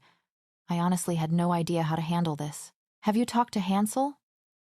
"That seems like the most obvious place to start," I suggested, the fact that he'd come to protect me still flying through my mind. "I tried, but he thought I was your mate and refused to talk. He just punched me and walked away." I sighed and pulled my knees up to my chest, wrapping my arms around my legs and resting my forehead on the top of my knees. There was a knock at the door and Ace stood before I could, schooling his features and opening the door. I couldn't see who he was talking to as he took up most of the doorway and had positioned himself so that no one could see me or attack me. He opened the door and I watched as Yanis, my father's other beta, gave me a tight smile. "Alpha would like to talk to you." I sighed and stood up, walking past Ace and Yanis, who both stood aside. I remember the story behind my father's 2 betas, not only because he has a big pack, but because Yanis had been my uncle, Nick's beta. Nick had died nearly 2 decades ago with my mother in the Battle of Orion. Orion was a giant huntsman in Greek mythology, and the war had been between the European packs and the hunters. My mother saved the packs with her sacrifice, and since then hunters had been few in number with no leader. She was hailed as a hero, and many stories were written about her. She's also in human mythology. The Lady of the Lake in Arthurian legends was based off her. "What does he want?" I asked Yanis, who walked with Ace behind me. As I strode down the stairs and into the bottom floor, all activity stopped. It was silent. What was their problem? I ignored them and walked towards Alex's office. I pushed open the door to see him sitting behind his desk, furiously typing away. "You wanted to see me?" I sat down as Yanis left, Ace still standing behind me. Dad watched him with curiosity and distrust. "First, if he's not your mate, what is he doing here?" I sighed and rolled my eyes. "He's a friend I stayed with." He narrowed his eyes and I could tell that he didn't buy it, but he didn't push me either. "An opportunity has presented itself and I'd like you to think it over carefully." He seemed almost pained to tell me this, but continued on anyway. "An old friend, the Piedra de la Luna Alpha, has offered to take you for however long you want to stay." "The catch?" I asked. "There was always one."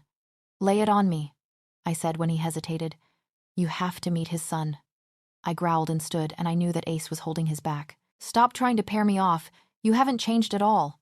I was ready to storm out when he began laughing. "If you had let me finish, I was going to say that you had to meet his son and train with him, for the position of Alpha and to protect yourself. Mostly I've realized I just can't keep you here if you don't want to be, and I'd rather know where you are than running with dangerous rouges. The pack's in Spain." Now Ace did growl, and I could tell that he was so close to punching my father, which really wouldn't end well. I stood and pointed to Ace. "You need to calm down." I whirled around on my father and glared at him. "And you need to stop insulting my friends. They took me in when you were being an absolute jerk and taught me a few things. Don't badmouth them in front of me. You're right about leaving, though. Your pack hates me." The looks and silence spoke volumes. They did not like me, and I didn't care. He growled and stood up. "They don't have to like you, but they better respect you." Those were my feelings as well, but he can't fight my battles. It would defeat the point. "I'll think about it. Are we done here?" I asked as I stood, Ace backing up to give me room. "I need to find Hansel. You wouldn't know where he is, do you?"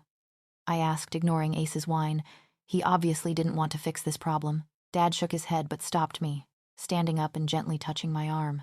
"Jenna, I'm giving you this option so you can decide what you want to do. I don't want you to hate me for keeping you here.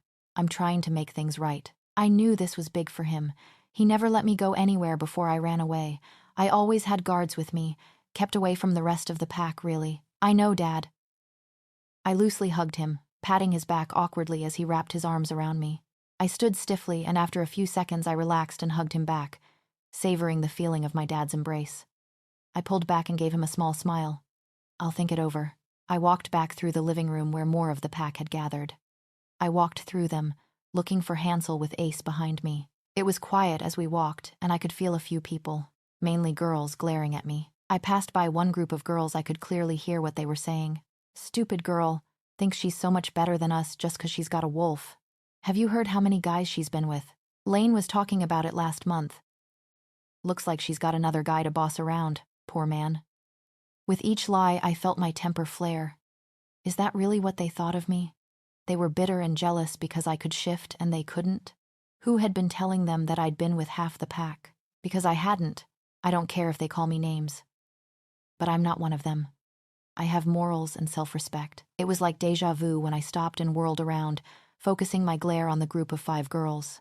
And surprise, surprise, Lonnie was standing with her back to me, talking to her friends. I was sick of this girl. I was so ready to end her, kick her out of the pack, anything. I tapped her on the shoulder and spat. It's good to see you spread something other than your legs for once, but you really should check if those rumors you're spreading aren't lies. I growled. She snorted and looked at me like I wasn't worth the time of day. I know that they're true. The guys have confirmed it. I gave her a sinister smile and leant forward to whisper in her ear. Well, they lie, and I suggest if you want to stay in this pack, you'll stop spreading lies. You wouldn't survive a day out there by yourself. As I took a step back, all color had drained from her face. She knew I was capable of kicking her out. I was the next alpha, after all. I turned back to the rest of the people around me, who were silent, and gave them all challenging glares. If I hear one more lie about me, I'll make sure you won't be able to walk straight for a week. I eyed up each male who had the decency to look ashamed. Idiots. He couldn't have disappeared off the face of the earth.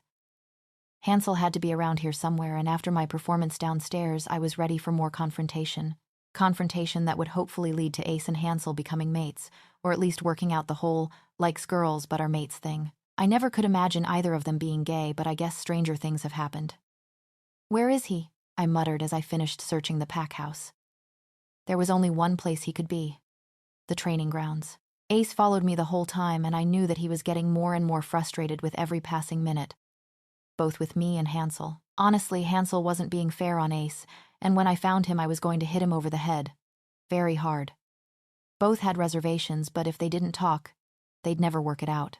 The training ground was a huge oval with a huge shed that housed one massive gym and was only a few hundred meters away from the pack house. When I walked into the gym, all activity stopped as the men all stared at me. Out now! I bellowed, keeping my eyes on one very angry werewolf in the corner. Hansel had a huge pair of headphones, and that probably blocked all sound, and was benching at least 5 times what I weighed. I slammed the door closed and grabbed Ace's wrist in a death grip, striding over to where Hansel lay. Hansel wore no shirt, and I would be lying if I didn't find him attractive. His muscles rippled with every movement, sweat covered his toned body, and his face was one of total concentration. I nodded to the weights, and Ace grabbed them, standing over Hansel and setting them down on the rack. I pulled off his headphones and threw his abandoned shirt at him. Get dressed and talk to your mate, I hissed when he had the audacity to growl at me. If either of you leave without making up or making out, I will skin both your hides. The shock on their faces made me chuckle as I turned to walk away. I'm not suffering through another second of Ace's complaining because you're being a jerk, I shouted over my shoulder, using the nickname I'd given him years ago. I heard his growl as I pulled open the door and locked it. The boys I'd kicked out of the gym were all standing around as I leant against the door, and I gave the 50 or so men a seductive smile. Let's go runnin'. They all glanced at each other in confusion and weariness as I shifted, though they had no option but to follow me as I ran. Alex would deal with them. I heard them shift as I took off, scenting the forest to make sure there were no more rouges. Dad would have them executed. Any rouges who crossed the pack borders were considered dangerous, because alphas never kick innocents out of their packs. Almost all rouges are dangerous and very wild. That's why it was so dangerous to be without a pack. Hunters, rouges, vampires, and other packs would kill you. So what was the story behind Klaus and his rouge pack? None of them seemed crazed, violent, yes, but that was for safety and protection. There was no one else around, thankfully, and I could just run freely. No worries, no duty, no stupid ex-mate. Because that's what he was. He had as good as rejected me, and it hurt, but it was his loss. Jenna, what were you thinking? I growled at the tone both Ace and Hansel were using with me as they stood outside the gym. They must have been in there for hours, as that's how long I was gone, running all over the mountainside. Both Ace and Hansel's clothing looked rumpled, and their hair was mussed up. A bright light shone in both their eyes. I knew that they'd worked everything out. I was thinking I wanted to go for a run. Either of you got a problem with that? I asked, standing in front of them with my hands on my hips and an eyebrow raised. Because if you do, speak now or forever hold your peace. I watched as the corners of Ace's mouth tilted up in a smile he desperately tried to hide, but Hansel, being the overbearing beta he was, decided to push the matter. You shouldn't just run off like that. There are so many things that could go wrong. After all, you are the only female left, he scolded. I snorted and rolled my eyes. I'm not the only female. I'm just the only one that can shift. He shook his head and raised his hands to his face in exasperation. That's my point. Do you know how many people want to get their hands on you? Do you know how many males would kill to have you carrying their pups? How many hunters and rouges would want you dead? How many females would kill to be in your place? I growled and lunged at him, punching him in the nose and bringing him down to his knees as Ace growled at me. I shot him a glare and snarled at Hansel. It's not an honor, Hansel. It's a weight that I have to carry every day. I'm well aware of everything, and that's why I never protested until now. And it was true. I kept all my thoughts and feelings to myself, determined to be the perfect daughter so Dad would finally pay attention to me, always let the guards do their duty, and never once did anything out of line. And I had become sick of it. I'm not the girl I was before. She's so gone. I bent down and grasped his neck, squeezing tightly. And if you ever question me in front of the men again, I will strip you of your title. It just showed that my beta didn't respect my authority or decisions. I couldn't have that, even if I was an alpha. Otherwise, no one would take me seriously with my second-in-command and supposed friend questioning my every move and scolding me like a child. He nodded, and I released my hold on his neck, growling at Ace, who looked like he wanted to attack me. I'll admit he looked intimidating. He was, after all, a 200-pound, 7-foot giant with shoulders so broad he reminded me of an ox. A very smart, funny, and caring ox nonetheless. By the way, there's a pack barbecue this afternoon to celebrate your return and shift, Hansel said as the men dispersed from around us. I groaned and rubbed my face, sinking to the floor and lying back, soaking up the sunlight. Why? I cried melodramatically. Why me? I felt Hansel nudge me as he sat down next to me with Ace keeping watch. It's not that bad. You'll get a chance to be the center of attention. Haven't you always wanted Alpha's attention? I snorted and shook my head. I couldn't care less anymore. In fact, I'm leaving for Spain soon, I said. My mind made up. The men and women in this pack won't accept me. They obviously think I'm a stupid, attention-seeking girl. I had the chance to leave and become better, stronger, and I was going to take it. And I want both of you to come with me. Take. They both hesitated, but Ace nodded. My duty is to protect you. I will go wherever you are. I gave him a small smile and turned my gaze to Hansel. It was silent for a few minutes before he shrugged and muttered, Why not? I could barely contain my smile and turned to walk back to the house. Let's go tell Dad then. There was a great sadness in Dad's eyes as I told him of my decision, and I couldn't help but feel kind of bad. I'll call him now then, he said quietly. You should go get ready for the barbecue tonight. I'll announce your departure then. It will be a going-away party of sorts. I nodded and turned to leave. Hansel, Ace, I want to talk to you both, he said. I walked up to my room and opened my wardrobe, pulling out a suitcase. I began packing the essentials: bras, underwear, sweatshirts, and pants. Jeans. You get the idea. There was a light knock on my door and Dad came in, taking a seat on my bed. You leave after the party. The jet'll be waiting for the hour flight and some of the enforcers will be waiting for you at the airport. I nodded and pulled out a pair of tight leather pants, a white singlet, a beautiful black leather jacket, black wedged boots, and a patterned scarf. Thank you, I said, looking at Dad as I dumped my stuff on the bed. I knew this was hard for him to do. Let me leave the territory, especially after what just happened. Why did they offer, though? He smiled and ran a hand over his face. They wanted to meet you. He paused and searched my face before continuing. Your mother infiltrated their pack and tried to steal something. Matthias caught her, and that's how we met, albeit after quite a few months of chasing, he said, chuckling, though his eyes held an immense sadness. This was the first time he'd ever talked about my mum, and I was fascinated. What was she like? I asked as I sunk to the floor in front of him. Stubborn, strong, smart, caring. Though she'd hurt me if she ever heard me say that. Brave to her very last breath and loyal. She was a fighter, in spirit and flesh, and everyone knew it. "You're just like her, Jenna. You're just like her, Jenna." The way he said it and the sadness in his eyes suddenly didn't make it such a good thing.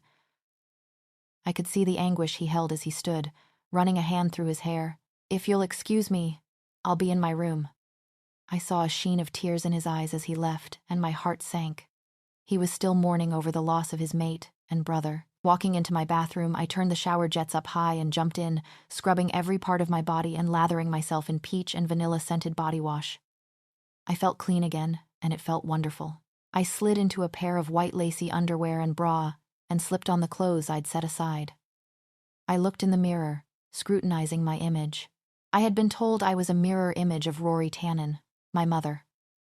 I, however, had never seen a picture. I knew for a fact, though, that her eyes must have been a bright cobalt blue, as mine were one of the same but with a grayish tinge from Dad and framed by thick, long black eyelashes. I had rosy cheeks, a clear golden complexion with a straight nose, high cheekbones, and full pink lips. My hair fell to mid-back in thick curls and was as black as night. As I casually strode into my room, the time read 5:30 p.m. What time was the barbecue meant to start? What time was I leaving? What time did I break my father's heart by leaving him alone again? How long would I be gone? I walked out of my room and knocked on his door, only to hear nothing.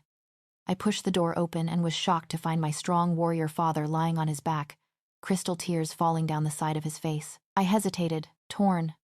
I had never been good with crying people, hardly ever did it myself, and usually it was angry tears. Dad raised his hand to wipe them away, and I moved towards him quickly, shutting the door and moving to his bed, laying down next to him and hugging his chest. I was surrounded by his scent, damp soil after rain, the fresh aroma of newly cut grass, and oddly enough, the fragrance of green apples. It was comforting. I felt his arms wrap around my shoulders, and I reached up to plant a kiss on his cheek. "I love you, Dad." And I did. He'd made mistakes, lots of mistakes. But at the end of the day, he was and always had been my dad, and I had never stopped loving him. "Love you too, Jen. Always know that." There was a knock at the door, and I watched as Dad quickly wiped away his tears as the door opened and Giannis poked his head in. The barbecue's starting. Dad walked to the bathroom and splashed cold water on his face. Shutting the door, I could hear the rustling of fabric and the creak of a tap as he turned on the shower. I stepped out of his room to give him privacy and waited outside. I knew Dad wanted to go down there with me. He came out minutes later with damp hair, black jeans encasing his long legs, and a simple black cotton shirt covering his strong torso. Dad only looked like he was in his late 20s, early 30s, with hardly any lines on his face, bright gray eyes, thick black hair, and not an ounce of fat on his body. Immortal beings, were creatures, vampires, demons, angels, witches, all of them. Stop aging when their bodies are in peak physical and mental form. I strode down the stairs with Dad following, toned legs encased in skin-tight leather, shoulders back, chin up and back straight. The pack waited in the living room, spilling out the door as music pulsed around us, the smell of steaks outside on the huge barbecues. I saw some of the unmated males eye me up and hid a laugh when Ace and Hansel growled at them. I stood next to Dad on the last step as he faced the pack, standing tall. No signs of the tears or the sorrow that had been there minutes before. "Tonight we send my daughter off with a celebration that could rival the royals. Jenna." I felt a hand on my back and turned around to see Dad. "It's time to go." I nodded and smiled at the man I'd been talking to. Surprisingly, the barbecue hadn't been as bad as I'd anticipated, and I had actually enjoyed talking to many of the pack members. I nodded and began walking towards the pack house. Most of my stuff was packed already. We loaded up the SUVs and began the hour drive to the airstrip. As wolves, it would have taken only 10 minutes, as navigating the rocky, mountainous terrain is easier as a wolf, but it would have been too difficult with my things. We sat in silence, looking out the window as we wove our way through the mountain. No words were spoken until the car stopped in front of the jet. The driver opened the door. I got out with Dad. Everything felt mechanical, and I could feel the sorrow emanating off Father. Oh, what a change from weeks ago. Hansel and Ace loaded the plane as I stood in front of Dad awkwardly. "What do you say to the father who was absent in your life for so long? What do you say when he's so desperately trying to hold back his tears at losing his little girl?" It was a bittersweet moment for me. On one hand, I was free again, this time without worrying that he was coming to hurt my friends and take me back, while on the other hand, it felt like I was breaking what remained of his heart, tearing it into little pieces. I felt terrible. I closed the space and wrapped my arms around his middle, pressing my face into his chest and breathing his scent. Without hesitation, his arms encased me, and I felt him press his face into my hair. I'd missed this. I missed hugging my dad. He'd stopped when I began growing up. I guess he didn't know how to look after me. Maybe I reminded him too much of his mate. I'd been told I looked just like her. I love you, Jenna. Don't hesitate to call me. I'll answer night or day. He pulled away and looked down at me with love shining in his eyes. I smiled up at him and gave a quick kiss on the cheek. Love you, Dad. I'll see you in 2 months. It's not like I'll be gone forever. He nodded, and I gave him one last squeeze before I boarded the jet. It was beautiful here.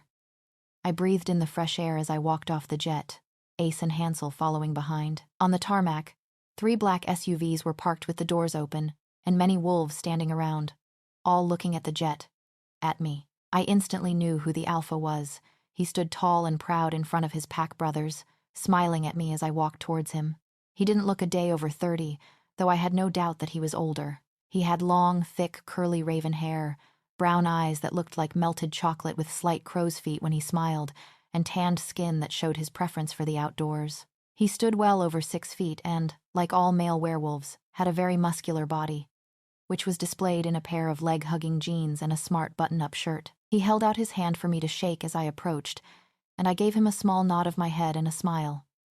Alpha Miller, thank you for inviting me into your home. He smiled as he shook my hand, searching my face for something. Call me Flynn, he said in a heavily accented Spanish drawl. I nodded and went to withdraw my hand when he tightened his grasp. You look just like your mother, he murmured in a soft tone, though it didn't sound like he remembered her very fondly. I nodded and pulled my hand out of his grasp. Yes, I've been told. I remembered from what Dad briefly told me that Mum infiltrated Miller's pack to steal something, though I knew that was only a small piece of the story. How did you know her? His face darkened as his men moved to pack mine, Ace, and Hansel's bags into the cars. She killed many good pack members, almost stole valuable information, and was also sent to kill my mate, all for the hunters. I can't say that I was sad when she died. She did save hundreds of thousands of lives, though, but she took just as many. There was really nothing to say to that. No words of sympathy came from me for his lost brothers, wolves who must have died almost 2 decades ago. All because of my mother. How much did I really know about the woman who'd given birth to me? How much were people not telling me? I rode with Ace, Hansel, and Alpha Miller in one car with a driver up front, while the others followed as a security detail. Ace rode up front with me, sandwiched between Miller and Hansel. The pack has been anxiously awaiting your arrival. You're quite famous, Jenna. I nodded and looked out the window, fatigue resting heavily on my shoulders. The car ride was short, and had there not been any baggage, I would have been happy to run. Within 20 minutes of driving, the cars were pulling into a long gravel drive that branched off into the woods, and eventually, houses. As the cars parked outside a giant wooden cabin, a typical werewolf-style pack house. Men, women, and children all spilled out of the front doors. The car stopped and everyone got out. Before I could exit, though, Miller rested a hand on my shoulder and leaned in close. Don't let history repeat itself, Jenna. You mean more to a lot of people than you think, he whispered. I nodded and scooted over to the door, stretching one long, leather-clad leg out. I gracefully stood and faced the many members of the Piedra de la Luna pack. One man stood at the front with a warm smile on his face. He looked like a younger version of Miller, but with slight differences. Same height, same build. Though his eyes were a shade lighter than his father's, and his hair a sandy color, though it sat in a shaggy mop on top of his head. He couldn't have been much older than me, though he seemed wiser than his years. Jenna Knight, welcome to the Piedra de la Luna pack. I'm Caleb Miller, and this is my mother and alpha female, Rosie. He stepped aside to reveal a beautiful woman with platinum blonde hair styled in a bob, pale rosy skin, slight dimples, and bright sky-blue eyes that seemed alight with happiness and warmth. I smiled at her and shook her son's hand. Miller's heir, the next alpha. Good to meet you, I said honestly. I felt giddy inside. I was in for the month of my life. It really was a night for socializing. Miller and his pack had put together a feast for dinner to celebrate my arrival. I didn't mind so much, and it let me get a feel of the pack, see what everyone was like and who to steer clear of. Most likely the teenage girls, as they never seemed to like me. Probably because I could shift and they couldn't, meaning I was extremely desirable to people who would want to breed. Full-blooded wolf pups were a guarantee, and even the female babes would be able to shift. Another reason would be because I was constantly surrounded by good-looking men, and I know that I was very well off in life. Oh well, At least there were a lot of dudes to hang out with, and I had Hansel and Ace with me if worse came to worse. They took our bags up to our rooms, and at present I was sitting at the head of one massive table that stretched over 20 meters with men, women, and children, all packed together, laughing loudly, eating, talking, and drinking merrily. They were all so free, happy. I dug in, the food I'd eaten only hours earlier already partially gone. Since my first shift, I felt like I could eat a whole horse, and then another an hour later. The food was delicious, though, and I ate just as much as Ace and Hansel, which was saying something since they both had their plates stacked high. God, she even eats like a pig, I heard someone remark over the chatter. I rolled my eyes and sneered at the woman who was watching me with distaste. She could go shove it. So what are you planning on doing here for the next 4 weeks? Miller asked beside me. He sat at the head of the table right next to me with Caleb and Rosie on his side, while Ace and Hansel sat beside me. The pack was organized by ranking at the table, so Miller's enforcer sat on our side and his beta and his family beside Caleb. Though after a few seats, everyone sat with their friends, Caleb and his beta sat together anyway. It was tradition in packs that the alpha and beta's children, also the enforcer's offspring, would replace their fathers when they stepped down, and often they would all be good friends. After all, they were raised together and their fathers and families were friends. Father wants me to train with Caleb, as suggested, and I'm more than happy to do that. I want to find out more about the mother that everyone says I'm so much like as well, I answered, deep in thought as I looked at Ace and Hansel, who were talking to the enforcer's family and the betas from across the table. I knew that Dad wanted me to become alpha.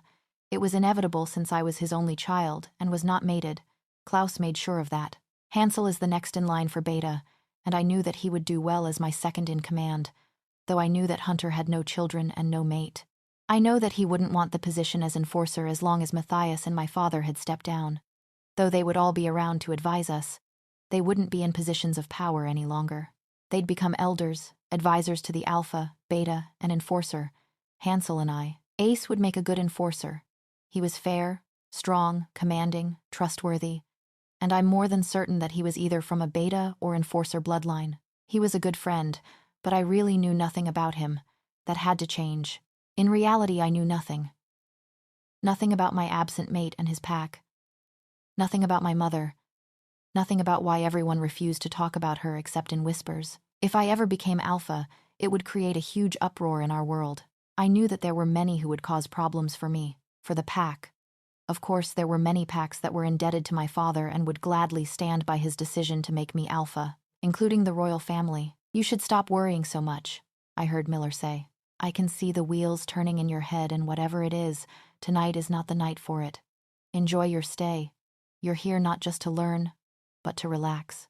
He smiled down at me and leaned in close to whisper in my ear. The answers you seek will be yours in time. Have patience. Dinner was over, but a bonfire had been lit away from the pack house for the teenagers and adults who weren't yet ready for bed. The children and parents needing their sleep, however.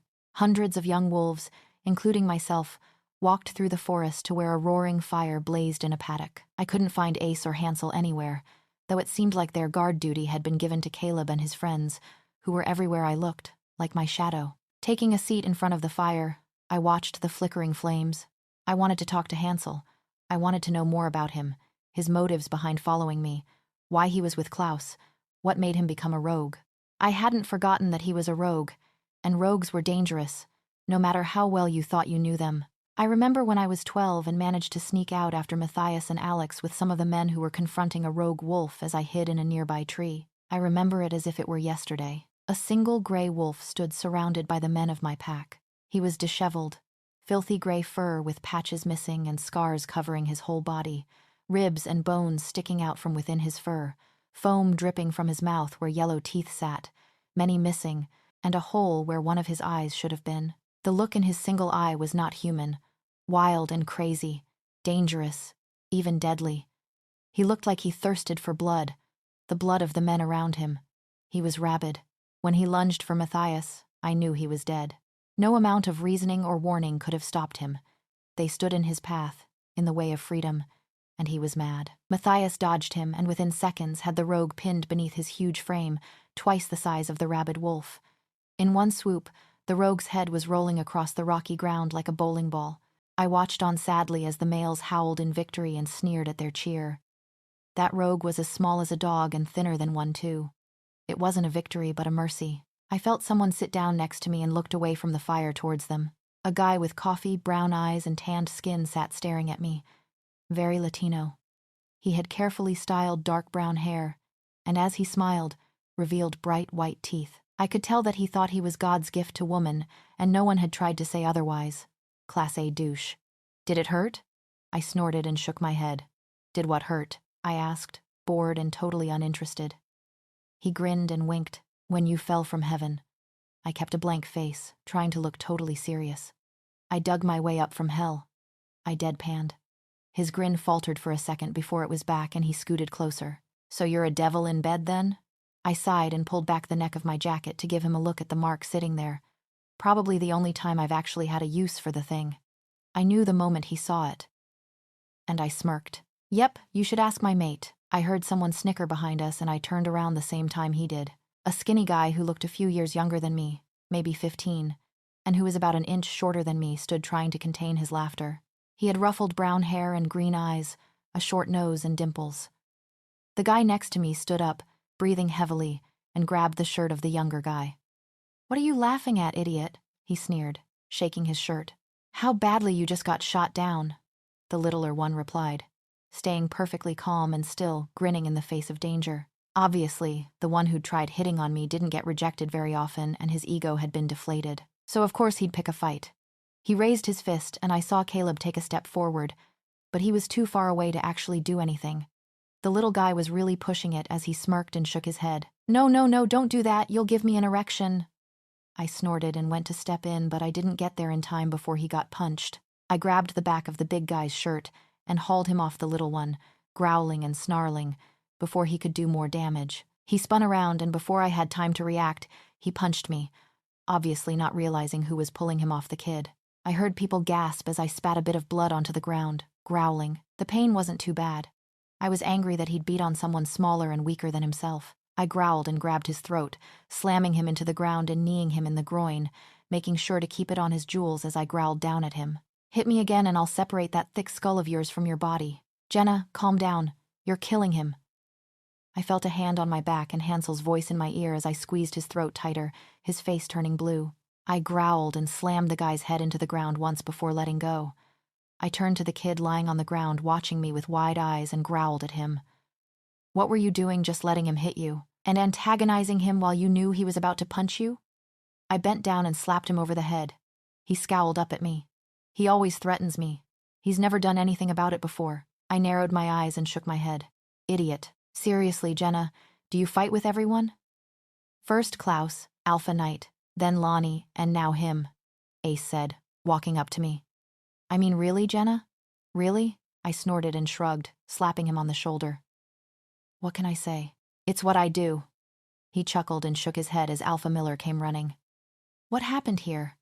His voice boomed, noting the absence of music, laughter, or any kind of fun. Everyone was stock still, staring at me and the guy lying on the ground, taking deep breaths, massaging his throat. I sneered down at him and walked up to Miller before anyone else could talk. I cast a glance over his pack. The people spread around the crackling fire, and finally, my gaze landed on Ace, Hansel, Caleb, and the kid. One of your pack members needs to learn a bit of respect and humility, I said, looking back at Miller. I stepped in. It's not my place to discipline your pack members, but when I see someone about to be pushed around, I stop it.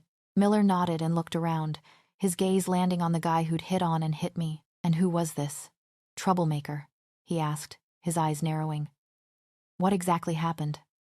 I smirked and shook my head as I turned to watch the guy stumble to his feet. Alpha, this girl attacked me, he yelled, pointing at me. I gestured for the kid to come towards me. What's your name?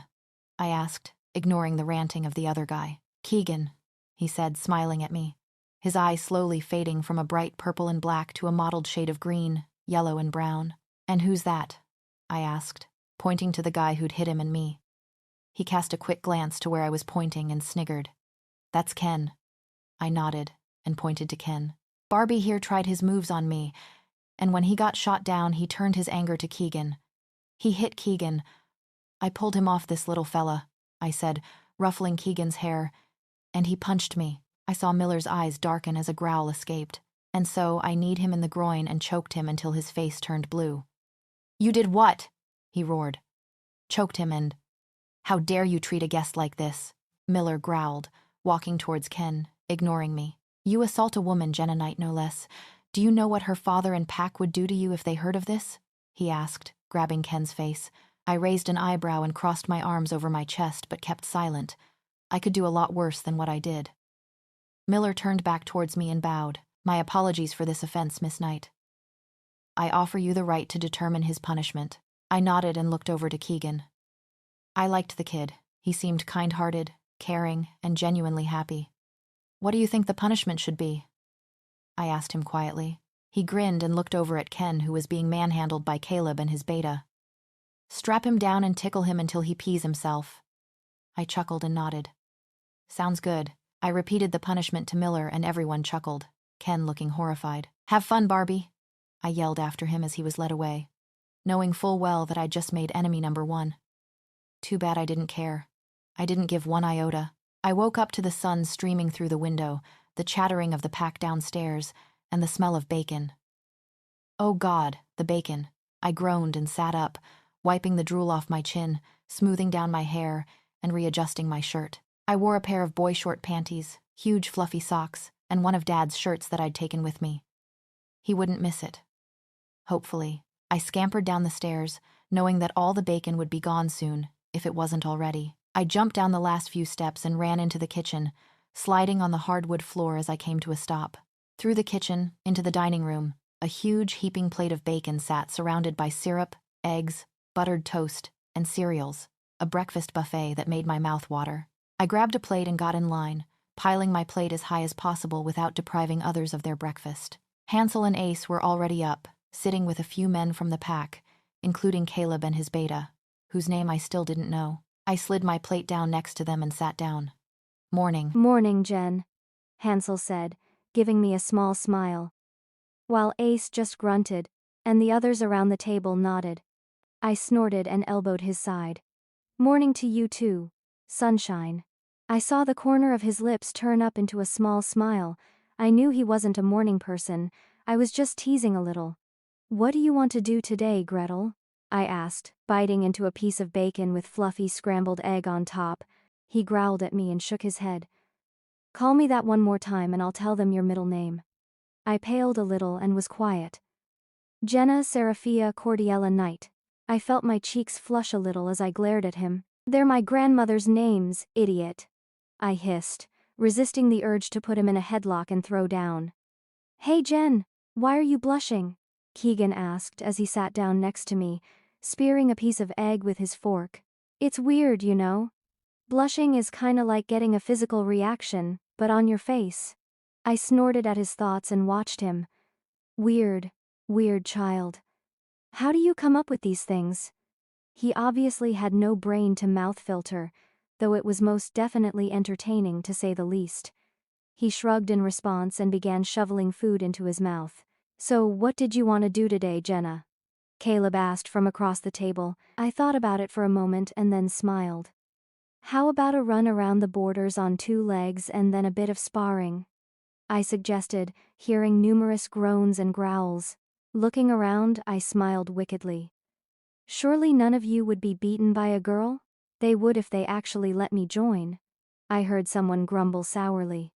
I looked down the table to see a girl sitting among some of the warriors.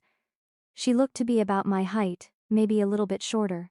Her face was turned away from me, but I could make out a heart-shaped face with full lips.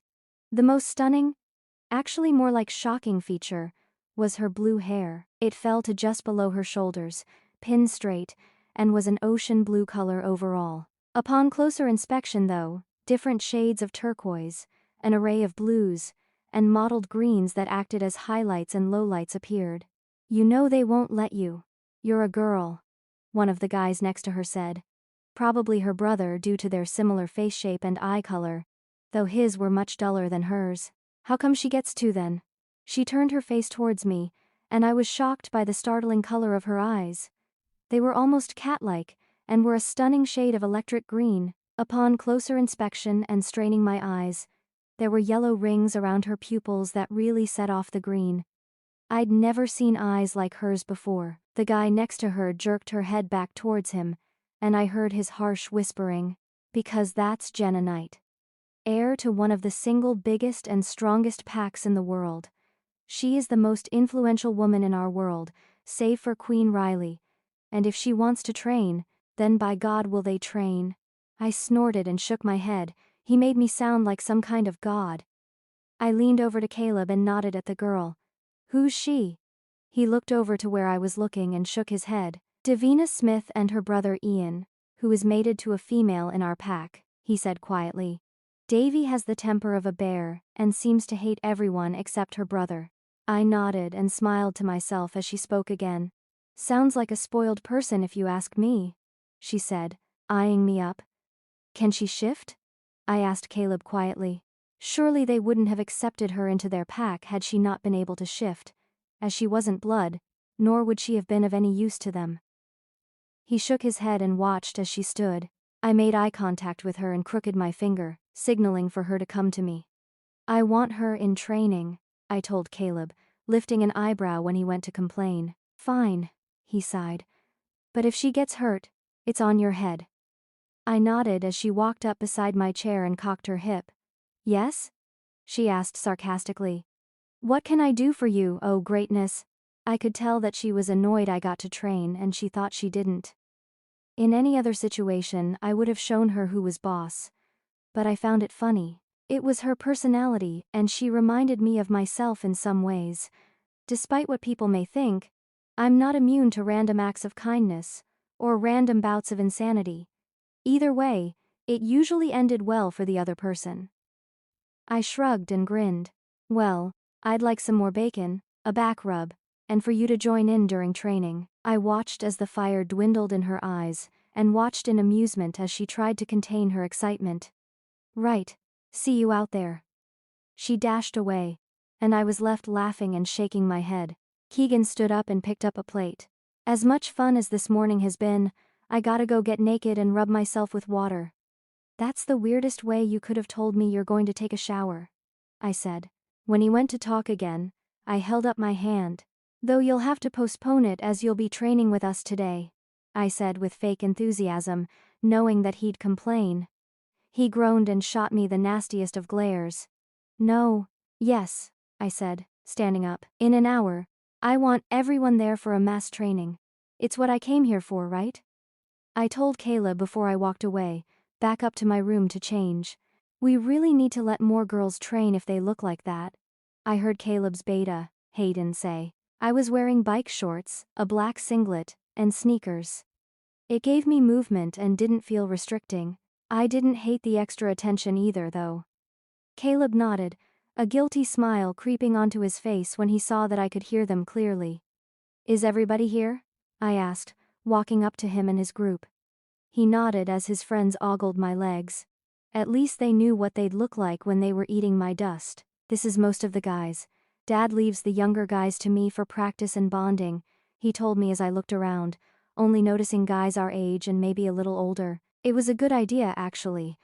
I now understood why Dad also wanted Caleb to train me. "Cool. Let's go then, shall we?" He nodded and whistled, attracting everyone's attention. "Running around the northern side of the perimeter on 2 legs, let's go." I took off running after noting that Davy looked pumped and knew that she'd be my main competitor. Cats were very agile and fast, but then so were wolves. My legs pounded the ground as the forest around me blurred. After a while, my lungs began burning and my legs got tired. I slowed down to look behind me and saw no one. I strained my ears and could still hear the guys. I was too far ahead to see them. Taking a deep breath, I followed the scent of wolves, so I stayed on the territory and knew where to go.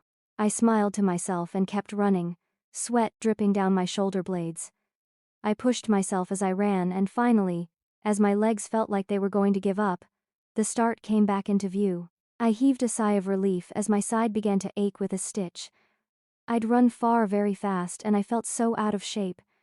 I heard a hiss behind me and something tackled me to the ground. I was left staring up at the face of Davy as she grinned down at me and quickly scrambled off my frame. "Can't let you win." she remarked before taking off again. I grinned and jumped up, running after her before she reached the beginning. It was so on. I could hear the pounding of footsteps from behind us, so I ran to catch up, jumping on her back and pushing her to the ground. She hissed and rolled over, pinning me under her so she could get up and keep running. But I grabbed her arm and threw her over my head, sprinting towards the start. I reached it just before she tackled me again, and this time I laughed. "Beat you!" I shouted as she sat on my midsection. I heard the boys enter the clearing, panting as I grabbed her arm and threw her off me again and stood, dusting myself off and righting my clothes. She pouted and smiled. "I'll get you next time," she said cockily. "In your dreams." "Jenna, Davy," Caleb said, walking between us. "We're sparring next and you're going to verse each other. First one to be pinned loses," he said, backing away with a twinkle in his eye. "You can start." I expected him to tell us to strip down and cover ourselves in oil with some of the looks we were getting. The guys were looking forward to a fight. Davy charged me and I met her head on, grabbing her around her waist to stop her from plowing me to the ground. I growled and pushed against her, making her stumble back a few steps. She hissed and lunged at my legs, and I jumped over her, spinning around while her back was temporarily to me and kicked in the middle of her shoulders so she fell. I straddled her chest and held her arms down so she couldn't push me off. She bucked her hips but didn't unseat me. It was too easy. "Good, Jenna," Caleb said after I stood and helped Davy up. "Go face Hansel, and Davy, you can pair with Hayden." For the next hour and a half the air was filled with growls, grunts and thumps as another person kissed the ground. We went over defensive and offensive moves on 2 legs, and by the end I was soaked in sweat, tired and sore. But I was happy to be here, learning new things, being independent from my father. "Good work today, guys. This time again tomorrow," Caleb said before letting everyone go. Most stayed behind to talk to Caleb, or hang out on the grassy field. I dragged myself back to my room and grabbed some loose clothes and a towel. I wanted to feel clean, and then after I'd scrubbed the copious amounts of dust from my body, chill in my room. The bathroom door was closed and I could hear someone singing from inside, and I growled in frustration. Knocking on the door, I yelled over the pounding water, "Stop singing and hurry up!" The shower shut off and I heard Keegan's voice from inside. "What?" "Quit singing and hurry up," I repeated, banging on the door. He must have been in there for at least several minutes because that's how long it had taken me to get from the field to my room and then to the bathroom. "Woman," he said, turning on the shower again. "When I'm in the shower, 2 things get to be free. My equipment, and my soul," he yelled back before singing louder and more obnoxiously. "Yeah, I'm bringing sexy back." I shook my head and laughed. He got on my nerves a little bit, but he was so damn awkward and funny it was hard to stay annoyed. Guess I'd have to find another bathroom. With every day here, I could feel myself becoming stronger, both mentally and physically. I trained 3 hours each day with Caleb and his warriors, many of whom were becoming good friends of mine. Ace and Hansel seemed happier in the 2.5 weeks we'd been here. A month since Klaus disappeared with the rest of his pack. Today was the rare day that training wasn't on, as it was Miller's 500th birthday, and it was going to be a huge celebration tonight. It was going to be a huge formal feast followed by dancing. Downstairs, I could smell the grease coming off the fry pans as many of the older women ran around the kitchen cooking for the entire pack and the surrounding ones who would be coming to celebrate. That was over 500 wolves all at this pack house. That was like all the members of my pack coming to the pack house, as Alcaeus Atu clan is the largest pack this side of the world. Only the royals rival us, and they're our allies, as is Miller's pack. We're undefeatable. I had a feeling that there would be a lot of people who found their mates tonight. Davy had quickly become a very good friend of mine and I loved having her around. Once you got past her rough exterior, she was a really loyal friend with a heart of gold. "What about this one?" Davy asked, pulling a short black lacy number out of my closet. I shook my head and frowned as I lounged on my bed. "It's a suit and tie occasion. I think it's meant to be black and white themed." Suddenly I felt hot, too hot. I placed a hand to my forehead and pushed down panic when it felt like I was on fire. I couldn't be sick. Werewolves didn't get sick. I pushed my worry away and watched as Davy grinned as she threw the dress on a pile of discarded clothes and searched through my closet. "I saw it just beef. Ah, here it is." she yelled triumphantly, holding up a bright red dress. She shoved it in my direction and said, "Try it on at least." Fine. I shed my top and shorts, revealing a lacy set. Pulling the blood-red fabric over my head, the fabric was cool and smooth. I stood in front of a full-length mirror and nodded. I looked classy and very alluring at the same time. The blood-red fabric contrasted against my tanned skin and made it look flawless, while it brought out the red of my lips and made my eyes look so much bluer. The top of the dress was extremely low with thick straps, and pushed my chest up, while the fabric on the torso created a corset as it wrapped around my body tightly. The skirt was long and flowed to the ground and had a small train, but the best feature was the slit up the side that stopped only a few inches near the bodice. Overall, it was a beautiful dress, and as Davy held up a matching pair of heels, I knew this was what I was going to wear to the dinner, no matter what the rules are. After all, rules are made to be broken, aren't they? The dinner's in 3 hours, so let's find a dress for me, then do our makeup and hair? Davy suggested as we'd both had our showers already. I nodded and we went through my closet again as Miller had decided to stockpile it with dresses for occasions like this, and Davy was my size. We were running 20 minutes late and I couldn't find my ruby bracelet. "You go. I'll be down once I find it," I told Davy, who was looking under the bed, wearing a floor-length black dress with a flowing skirt and a leather vest. It looked amazing on her. "All right." She stood and dusted herself off, checking her hair and makeup in the mirror, and then left. I stood in the middle of a messy room, ready save for my shoes and that darn bracelet. It was a simple silver cuff with rubies and diamonds set periodically along the metal, and I wanted to wear it tonight. The problem is I don't know where it was. A glint of metal caught my eye and I ruffled through a pile of clothes before finding exactly what I was looking for. I glanced at my clock and panicked. This little game of hide-and-seek had made me half an hour late.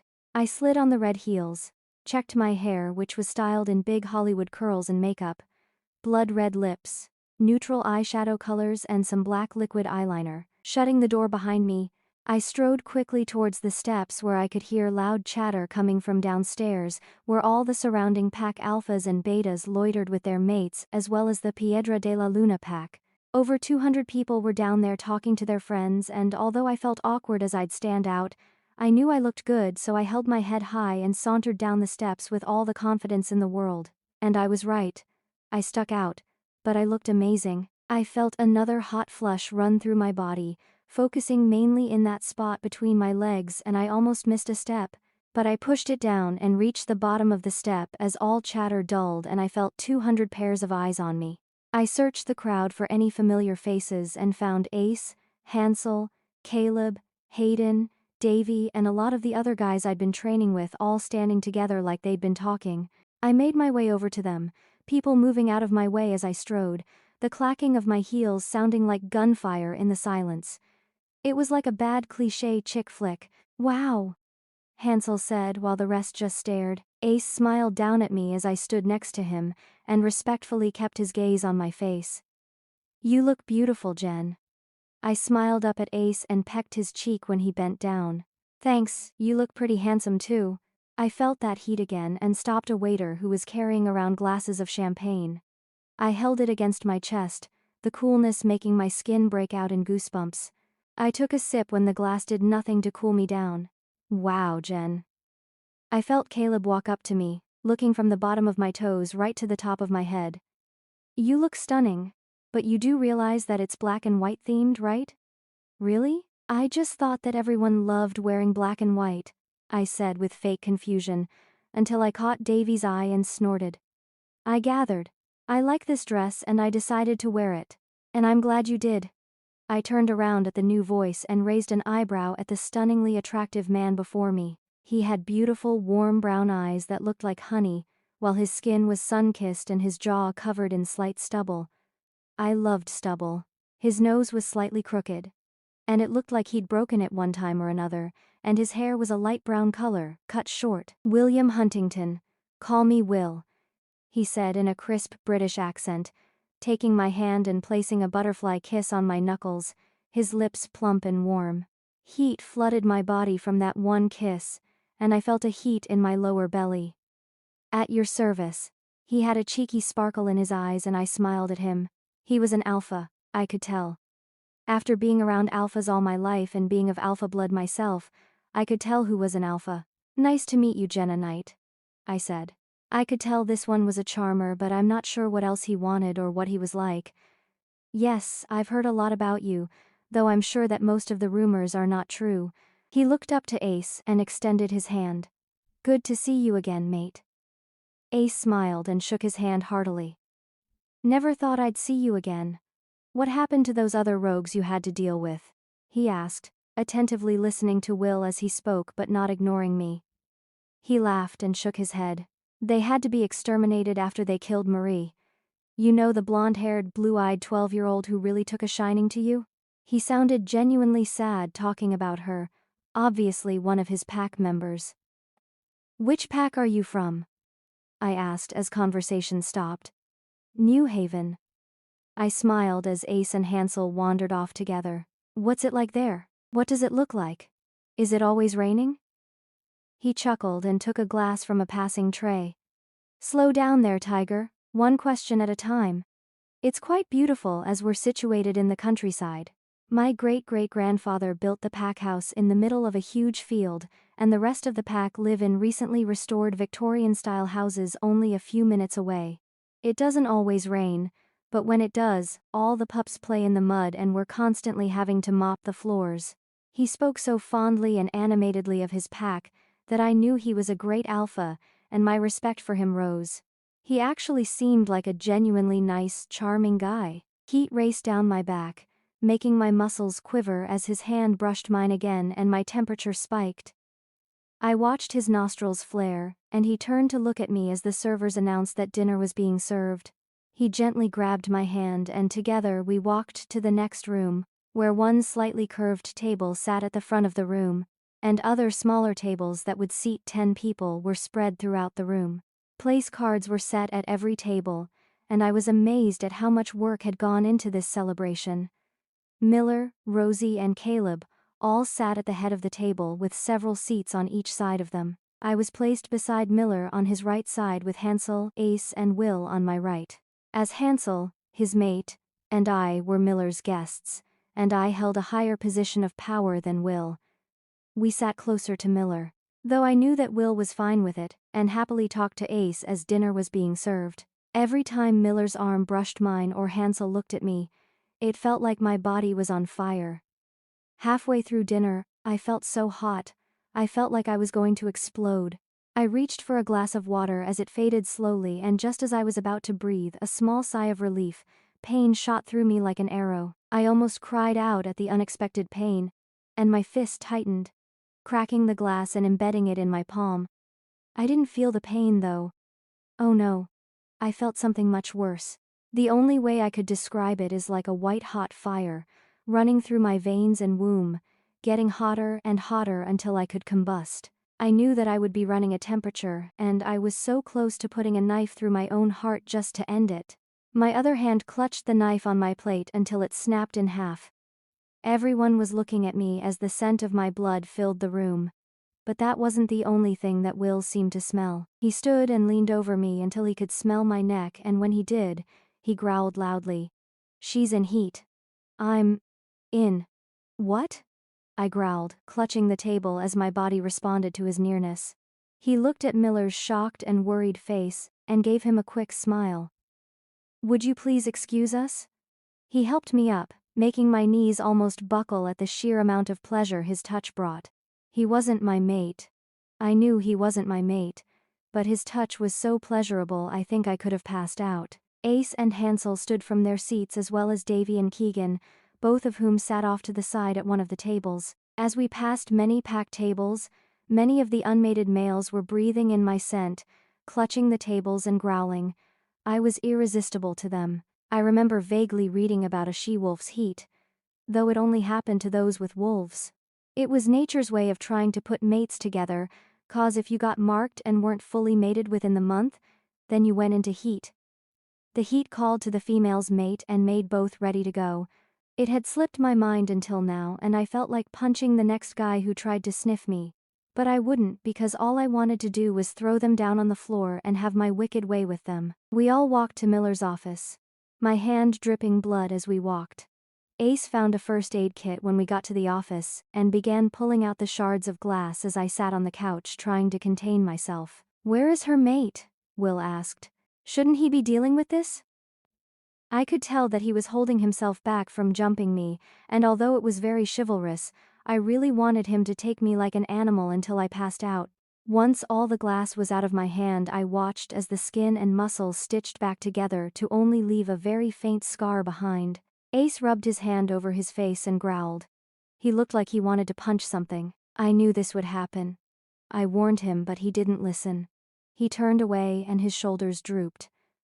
"I'm afraid I haven't been totally honest with you, Jen." I tensed and watched him as he paced. "What haven't you been honest about?" I asked tensely. He was silent for a few minutes, and I was so close to snapping as my body flared with heat again. He turned to me with mournful eyes. "I told him that you'd go into heat, but he said you were better without him. Safer and happier. I yelled at him and punched him, and then came to find you because I felt like you needed a friend. Jen, you have to understand that none of us wanted to leave, but we're being hunted, and if your father had found us, then we would all be dead or worse." He knelt before me and pleaded. Begged for me to understand. Klaus has had so many bad things happen to him, so many people who want to see him dead, so much sadness. He is the way he is because of his past, and I know that's no excuse, but you have to understand that in the short amount of time we all got to know you, we all fell in love with the fire in your spirit and your sheer determination. None of us wanted to leave you, and as much we respect Klaus, every single one of us wanted to beat him to a pulp for hurting you. I growled and tore at the couch with my fingers as heat and anger swept through me. I locked gazes with Will, and I felt his pupils dilate as he breathed in the spicy scent of my heat. "Everyone out," I ordered. They all left without a word, and as the door clicked shut, I jumped into Will's arms and smashed my lips to his. He was more than willing to oblige. "Lock the door," I breathed as I worked on sliding the straps of my dress over my shoulders, the blood-red material pooling at my feet. Inside, my body was feverish, and I wanted nothing more than to make it stop. "We're not mates," was all I could manage before I kissed him again, working on slipping his shirt off his hard, muscled body. "I know," was all he said before we fell upon each other like rabid animals, cursing Klaus out in my head for not being here. I would never forgive him for leaving me like this. That night, Will held me as I refused to cry over my heartless mate and helped me through my heat. Klaus had forsaken me when I needed him the most, and I hated him for it. I woke up to find myself nestled in a huge king bed, much like my own. I turned on my side to see the sheets thrown back, and I could smell Will's scent all over it. I sat up and looked down to see myself without any clothes on. My skin was still running hot and I felt the heat begin to pool in my belly. It looked like Will had a bathroom connected to his room going by the door, so I slipped out of bed and padded to the bathroom, intent on a freezing cold bath to cool myself down. The door opened as I sunk into the cold water, biting my lip to stop from crying out. God, it was cold. Will walked in wearing a pair of pajama pants and no shirt with a wide smile. "I got us some breakfast and talked to Flynn while you were sleeping. He says that we need to go and talk to him because he's found a book about the heat and there's someone here to see you." My brow furrowed as he held out a robe for me, and I stood. "Thanks, who is it?" I asked, following him out to the room where a huge pile of food was stacked up on the tray. I think I started drooling at the orgasmic smell. We sat down and I dug into the food, stopping when Will's leg unintentionally brushed against mine. My temperature flared and I shuddered as he growled and stood, towering over me at 6'4". "Let's take care of that, he crooned in his gorgeous accent as he pulled me into his arms and kissed me. "Dad?" He lounged on one of the couches in Miller's office and stood when I came in. He stood and enveloped me in a hug when I walked towards him. "Jenna, I've missed you," he whispered in my ear as he kissed my cheek. "Ah, Will." He let me go and shook Will's hand.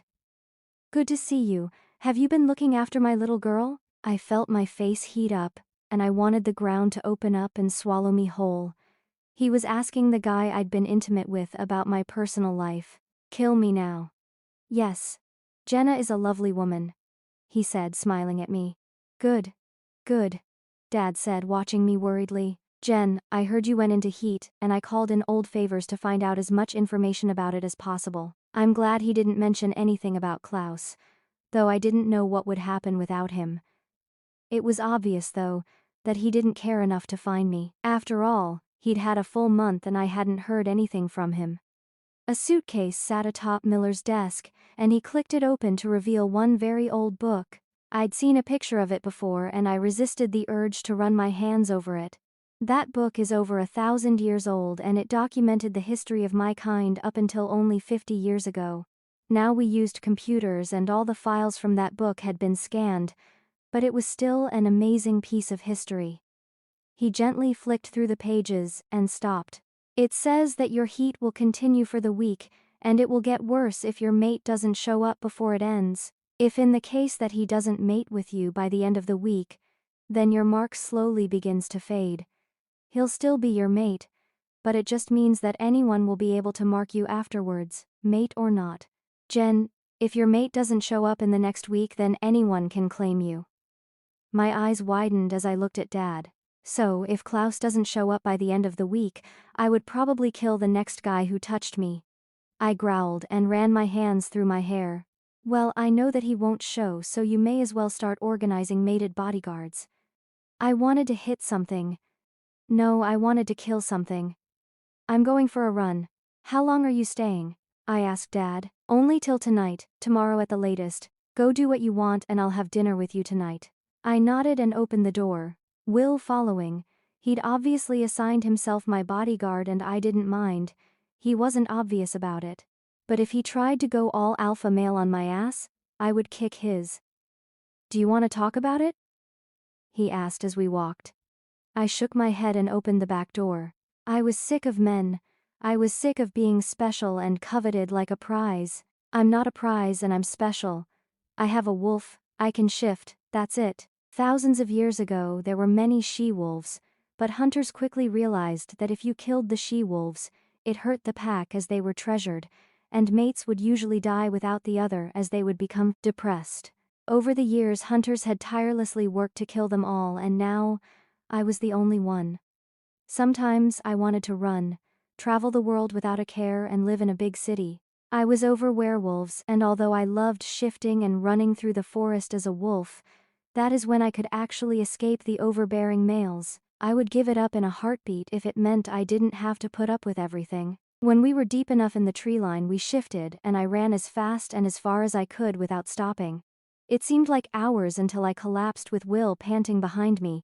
He'd just barely managed to keep up. I shifted and lay on the cool grass until my body began heating up again.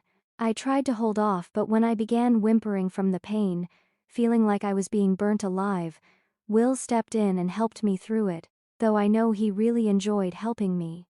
Cold air streamed past my sides as I jumped over rocks, ducking under fallen branches. I saw the sun shine on Will's marbled brown wolf as he wove through the trees opposite me. I veered off the path and took a shortcut that I'd found a few days ago. Colors blurred together as I ran, until an unfamiliar scent reached my nose and I stopped. Standing not 5 feet from me was a huge, mangy, sandy wolf with mud, branches and leaves scattered through its fur. The look in its eye wasn't human, and I knew it was too far gone to live.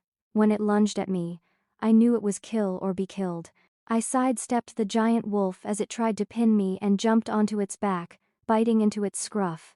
The wolf managed to chuck me off and I went sailing into a tree. One of the branches impaling my stomach, I whimpered but stood, stick poking out of my side as I lunged for the rogue, pinning it down and tearing off its head in my anger. Will burst into the clearing as the rogue's head dropped from my mouth with a thud and rolled across the grassy ground. I whimpered in pain as I walked, covered in both mine and the rogue's blood. I had deep scratches all down my stomach from when he clawed me, and it hurt to walk. I persevered and trotted back to the pack house, constantly re-tearing the claw marks. I could feel the skin and muscle knitting back around the stick, and I knew without a doubt they'd need to cut it out with a silver knife. When we made it back, Miller, Caleb, Ace, Hansel and Dad came running out as I collapsed on the ground, blood pooling around me. I whined and lay my head on the ground as the pack doctor came running out. He took one look at me and told someone to get a silver scalpel, clearly seeing the stick poking out of my side. I wanted to shift badly, but I knew that it would tear the claw marks and lodge the stick through a few vital organs. I rolled onto my back to let the doctor check my wounds while everyone crowded around. When he saw the stick, he looked up at Dad and Miller. I need everyone to move back and 3 to hold her down. I'm not going to lie, it will hurt. I knew that he couldn't give me any painkillers or anesthetic as my body would burn it before it could do any good. Sometimes it sucked being a werewolf. Dad, Ace, and Hansel all held me down as the doctor stared at my side. Dad stood by my neck and shoulder, crouching next to me with utter pain in his eyes while Hansel braced himself against my right side. Ace holding down my legs on the other. The moment the silver touched my side, I knew just how painful this would be. I tried to let my body relax as he dug around the stick with the knife. As he dug deeper, it became more painful, the silver leaking into my system. My entire body was tense, and Ace, Hansel, and Dad were working hard to keep me still. Whines and whimpers escaped my muzzle, and finally, after what felt like years, I felt the doctor remove the stick. I could feel blood pouring out of my side, as my blood became thin because of the silver and black dots began appearing. "Don't let her pass out!" the doctor yelled as my head lolled to the side. I felt Dad stroke my neck gently, his hand being coated in the rogue's blood. "Come on, Jen. You're strong, you need to pull through this." I blinked rapidly as I heard the doc talk. "We need her to shift so I can stitch her up, otherwise she'll rip them when she shifts back." I did as he said. A growl escaped me as my body began snapping and reshaping, the growl turning into a groan. "I think I'm going to pass out," I whispered, as the world went black. I woke up to see Ace and Hansel sitting on a couch with each other. Will sitting by my bed with Dad on my opposite side occasionally glaring at him. Keegan and Davy sitting on the floor near a bookshelf, and Caleb, Miller, Hayden and the doc all scattered around the room. I growled as I tried to sit up, throwing back the covers to find a thick white bandage wrapped around my middle. "She's awake!" I growled at the thumping in my head and the heat coursing through me. I stood up, ignoring everyone's complaints, and walked to the bathroom as fast as my legs could carry me, jumping into the shower and twisting the cold water knob. I unwound the now soaked bandage and looked at my new scars for the first time. Thick, puckered scars covered half of my left side and were bright pink, very fresh. It was obvious I'd had stitching on them with the small needle scars, and I only hoped that they'd begin fading soon, though I have no doubt I would have them for the rest of my life as silver scars permanently. When I felt myself cooling down, I stepped out and slid on a robe nearby. "How long was I out for?" I asked, walking back into the room to see Dad looking at me weirdly. "What? You were asleep 2 days. We had to towel you down, you got so hot. We were all so worried because you had so much silver in your system that we couldn't even touch your side, and we had to feed you baby foods." I raised an eyebrow as it didn't explain the look in his eyes. "You're just like your mother. Her spirit and fight, in looks and temperament. You're tough as nails, strong, and you've proved to everyone that you're more than my daughter. You're an alpha and a born fighter." I swear I saw tears in his eyes. "You killed that rogue and got so hurt, but you suffered through it and potentially saved lives, Jen." I looked around the room and realized that everyone had left. "Thanks, Dad. I'm going to have a pretty wicked scar though," I said, opening the gown to show him the scar. He grimaced, and his nose scrunched up. "It'll look pretty terrifying in wolf form. I'd have thinner hair there, and if you looked close enough you'd be able to see it." He shook his head and stood, striding over to engulf me in a hug.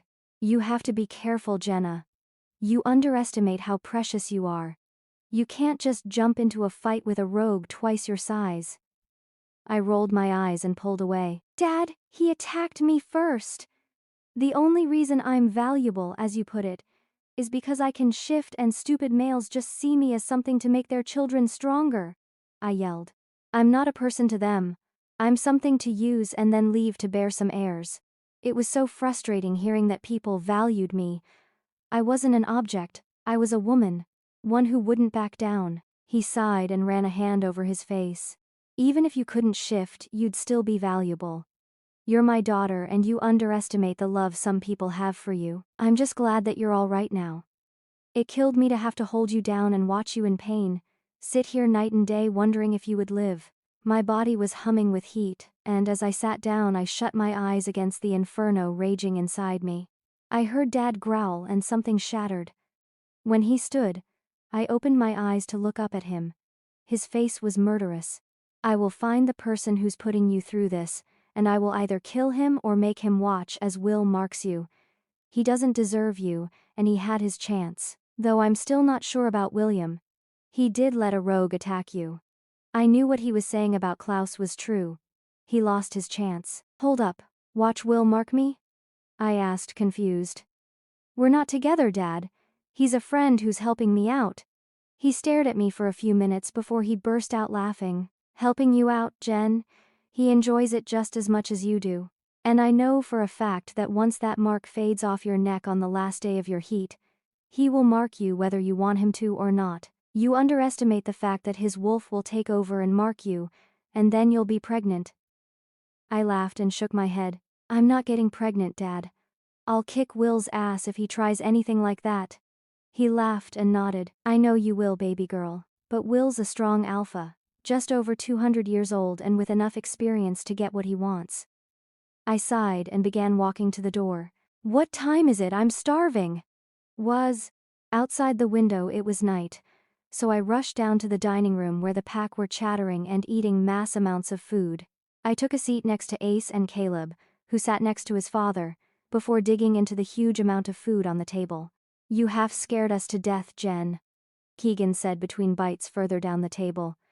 And we saw the wolf you took on. He was huge and you took his head clean off his body. I watched as Dad took something out of his pocket and stood. This is yours. Your first kill. He handed me a leather strap with one curved claw hanging from it. I took it and put it around my neck, the claw hanging just above the valley of my chest. Thanks, Dad. I knew it was a bit gruesome, but he was trying and I really did appreciate it. I love you, Dad. I'll see you in a month, I said, wrapping my arms around his broad shoulders as he bent down to hug me. The car waited for him, and I felt a tear land on my shoulder. I'll see you then. Love you, baby girl. Stay safe. His voice was muffled in my hair as he pressed a kiss to my head and got in the car. I sighed and headed back inside, my heat sated for now because of Will. I had a month left, 3 days until Klaus's mark faded, and I still didn't know what I would do after. I'd have to sleep with both eyes open, a knife under my pillow, and 2 guards at each door if I wanted to stay unmated because there were some very persistent males around. I would kill anyone who touched me without my consent. Looking up at Ace and Hansel, I knew that I could trust them to be my guards. They were mated and loyal. I need to find mated guards for when the end of my heat approaches and after. I told them, can I count on you two to help? They both nodded, but as I turned to walk away, Ace laid a hand on my shoulder. Jen, don't lose faith in him. Klaus does care for you. I gave him a bitter smile and laughed. No, he doesn't, Ace. I never had any faith in him to begin with, and this just shows what he thinks about me and how much he valued me. He lost me. I knew that I'd have to arrange some different accommodation so that the unmated males in Miller's pack didn't cause an uprising. Will, Ace, and Hansel deterred anything, but I know that once I kick Will out of my bed that some might think to replace him. Ace nodded and walked away with Hansel. So, 1 month, what do you want to do? Shrugged and looked at Caleb. Stay unmated. Become a better fighter. Come for a run? Will asked, poking his head into my room hours later. I shook my head, rubbing the wolf's claw that hung from my neck. I needed to wean myself off Will. It would hurt, but I couldn't sleep with him anymore. He was a good friend, but the longer I kept sleeping with him, the more I saw his possessive alpha nature come out. You sure? He asked, walking up to where I sat curled up in a chair looking out the window and sitting on the arm, rubbing my leg. When my body heated up, I pushed him away and growled. Positive. He scowled but left, slamming the door behind him. I snorted and watched as the males all gathered outside in the backyard, stripping down and shifting into their large wolves. I wanted to go, believe me I did, but I didn't want to get in a fight when an unmated male tried to mark me. It wasn't worth the effort right now. My skin crawled as my muscles clenched, the heat burning in my belly at that one touch. I growled, clenching my hand until it bled, and ran down to the kitchen. Grabbing empty handbags, I began piling ice into them, refilling the empty trays. When I had 4 bags full of ice, I ran back to my bathroom and dumped them all into the bathtub. Stripping off my clothes and sliding into the ice-cold tub, I yelled and hissed as I sunk further into the tub, skin instantly becoming numb as the ice began melting from the sheer heat my body exuded. "Jen, what are you doing?" Hansel asked as he walked into the bathroom. I rolled my eyes and sunk deeper into the ice. "Having tea with the Queen," I said sarcastically. "Seriously, what does it look like?" He looked down at the melting ice and grinned. "Looks like the ice caps are melting," he said, pointing out that I now sat in water instead of ice. I looked up at him with big eyes and a charming smile. "Can you get more ice?" "Buy it if you have to, but please get me more ice." He sighed and scowled. "Can't you just get with Will again?" I laughed and shook my head. "Please just get me some ice." He nodded and smiled.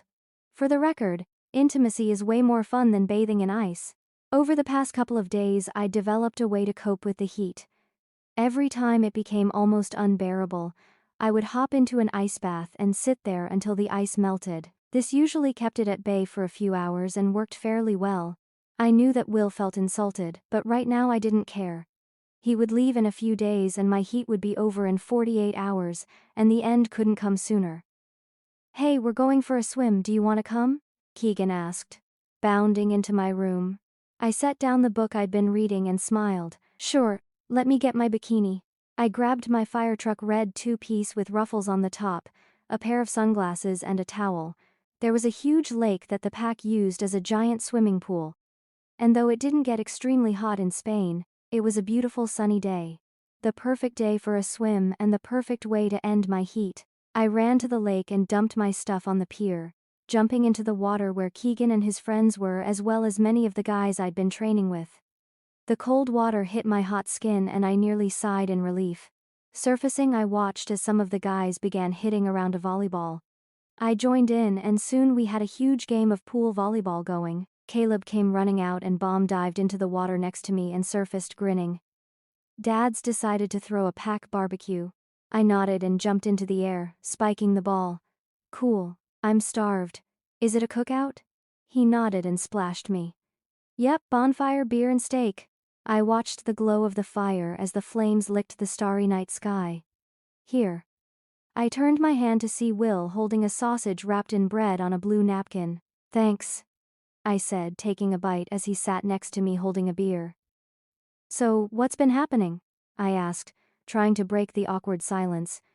The tension between us was so thick I could have cut it with a butter knife. "You're still in heat." I nodded and took a sip of the beer sitting at my feet. "So I am. Why won't you let me help you?" he asked sadly. I wanted to laugh. He was a nice guy, but just like the rest, he wanted a physical connection. I didn't want anyone else marking me, and the easiest way to avoid it is to avoid being intimate with anyone because they'd want to bite me. And I told him exactly that. Though he seemed offended. "I have more control than you give me credit for." He paused and looked at me like he was seeing me for the first time, and I got a little freaked out. "I'm not going to lie. Would it really be so bad being my mate? I'd look after you, provide for you, keep you safe. You wouldn't have to worry about the future of your father's pack and you wouldn't have to go through another heat." As he spoke, my frown kept getting deeper, and I actually wanted to hit Will. It was insulting to hear what he was implying. That I couldn't run a pack. That I couldn't take care of myself and others. That I wasn't strong enough to withstand the heat. I'd been told these things by males my whole life and I was sick of it. I growled and shook my head. "This is why I don't want a mate. Just because I'm a woman doesn't mean I can't run a pack or look after myself." I hissed at him. "I don't need a mate, least of all you." He looked offended but also pretty regretful. "I wasn't saying you couldn't. I was just saying, wouldn't it be nice to have someone to share your problems with? To lean on when times got tough?" I huffed and shook my head. "No, Will. A mate would try to dominate me, push me down and use me as a broodmare while he went and took over my birthright." I stood, picking up my beer and finishing my sausage. "I suppose we can't talk as friends, so this is goodbye. Maybe someday I'll see you at a table in a restaurant in England. Perhaps you'll be with your future family." Wed smile and wave but go our separate ways. Please. Have a good life. A smile broke across his face. Batman, really? I smiled and nodded, trying to lighten the mood. It worked. I couldn't have bad blood between Will and I, otherwise his pack wouldn't willingly back mine up in the future and a valuable ally would have been lost. I walked over to where Ace and Hansel stood with a few other guys. I opened my mouth to speak until someone came running out, calling my name. Jenna Knight. There's someone on the phone for you. Says his name's Hunter. I took the phone and walked away a few steps. Hey Hunter, what's up? He sounded choked up, like he'd been crying. His voice was weary and tight, not at all like the Hunter I know. Hunter, what's happened? I asked slowly, afraid of the answer. Hunter was tough, fearless. He never cried. Janet, it's your father. He paused and I heard him take a ragged breath through the phone. He's dead. The phone dropped out of my hand as I fell to my knees. No. I refused to believe it. He couldn't be dead. He was nearly 1,000 years old. He was timeless, immortal. The thought of him dead, gone, just wasn't comprehensible. Possible. Jenna. I heard Hunter screaming through the phone. I shook my head and laughed. This had to be some sick joke. Jenna, what's going on? Hansel sat down beside me as everyone watched Ace pick up the phone. Hunter, what did you say? What's going on? Why does Jenna look like she's about to break down and kill someone? Ace's face fell as Hunter's voice carried over the phone. This couldn't be happening. I had just lost my father. First my mum, now my dad, just as I was getting to know him. It wasn't fair. When I was a little girl, he always told me to be strong, to stand up for what I believed in, to stand up for myself. Now was my time to be strong, to make him proud. I stood, shaking Hansel's hand off, and took the phone from Ace. I'm coming home. I'll be back on the next flight out. Start making funeral preparations. Call all the Alpha, get the burial ground ready. I will be taking my place as rightful Alpha, and if anyone wants to claim the right of challenge, they are more than fucking welcome because I will guard it with my life. It was the only thing my father left behind and I was more than capable. Something was wrong. I had a feeling in my gut that told me something was off.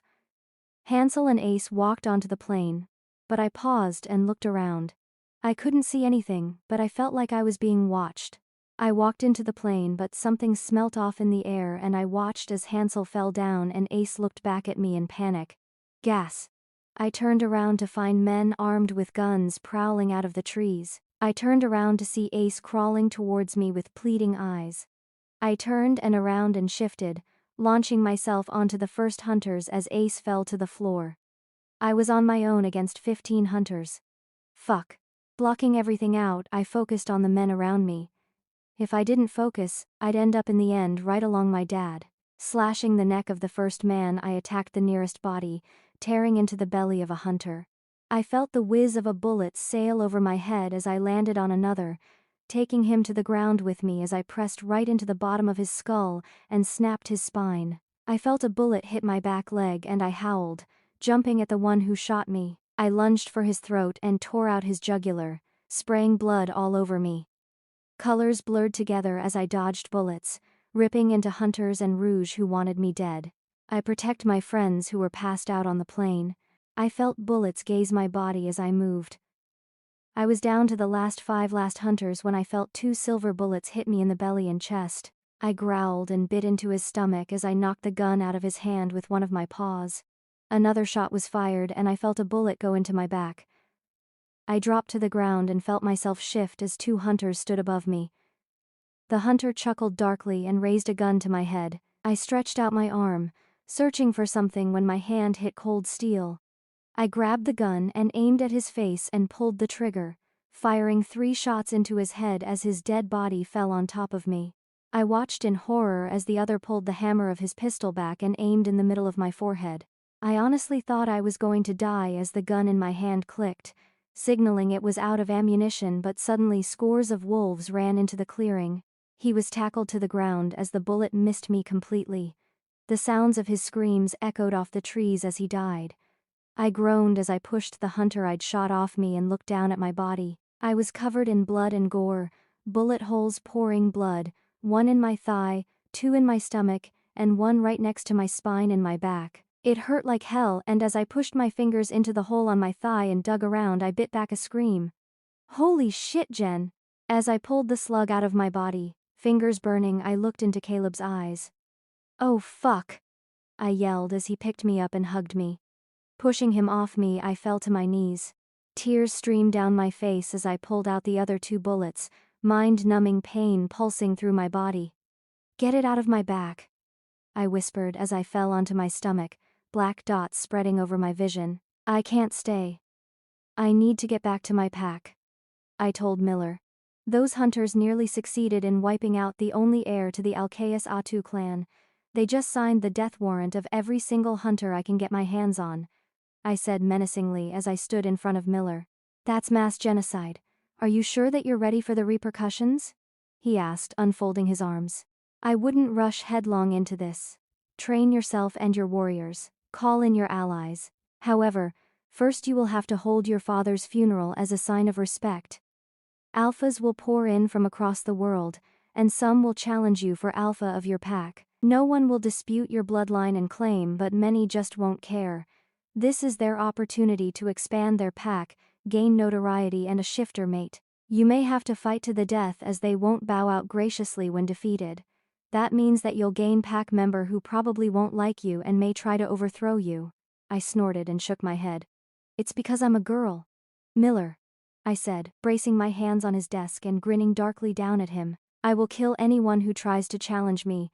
I'm sick of being underestimated and belittled by cocky men. I am the last of the Knight lineage, and the most suitable one to become alpha of my father's pack. I'll happily kill anyone who gets in my way, and when I'm done no one will ever question me again. He nodded, but he looked slightly worried. I'm not trying to demean you, but are you sure that you know the inner workings of the pack and how to manage it? It'll be a huge job with a pack as big as yours, and although you have many people around you who are willing to help, the lives of hundreds of wolves will be in your hands.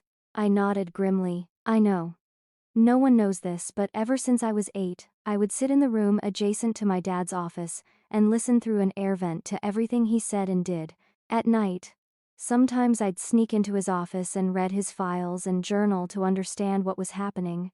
I think I knew better than anyone what was happening and how to fix it, but no one realized that, and they'd tell me to go back to the kitchen or go sew with some of the other women or try on clothes. When I wanted to train with the men, I was laughed out of the grounds, and the only way I learnt how to fight was because of Hunter and one friend who I blackmailed into teaching me what everyone else was learning. I let it all out in day. A rush of over a decade's frustration. His eyes widened, and then a laugh leaked out of his lips. You're very determined, my dear. You've got more initiative than most alpha heirs, and are a much harder worker. I won't detain you, but Jenna, you're going to have to work for the love and respect of your pack members and fight for the acceptance of the alphas and any packs you may gain from the challengers. I nodded and stood, grunting when I felt my back ache. I was extremely sore from the fight yesterday, and they dug the silver slug in my back out and sewed up the ones on my stomach and thigh as silver slowed down healing. I now had 4 more scars to add to my growing collection, as silver always scared. We drove to the plain strip once again, and blood was everywhere. Though the bodies had been cleared away, death lingered in the air. Thank you for the hospitality you've bestowed upon myself and my 2 guards, I said to Miller, shaking his hand. He laughed and dragged me into a hug. Call me when you touch down. I'll be down for the funeral, and I want you to know that I will support your claim no matter what. You've proven yourself to me. I smiled tightly and looked at the plane. Thank you. I'll see you soon then.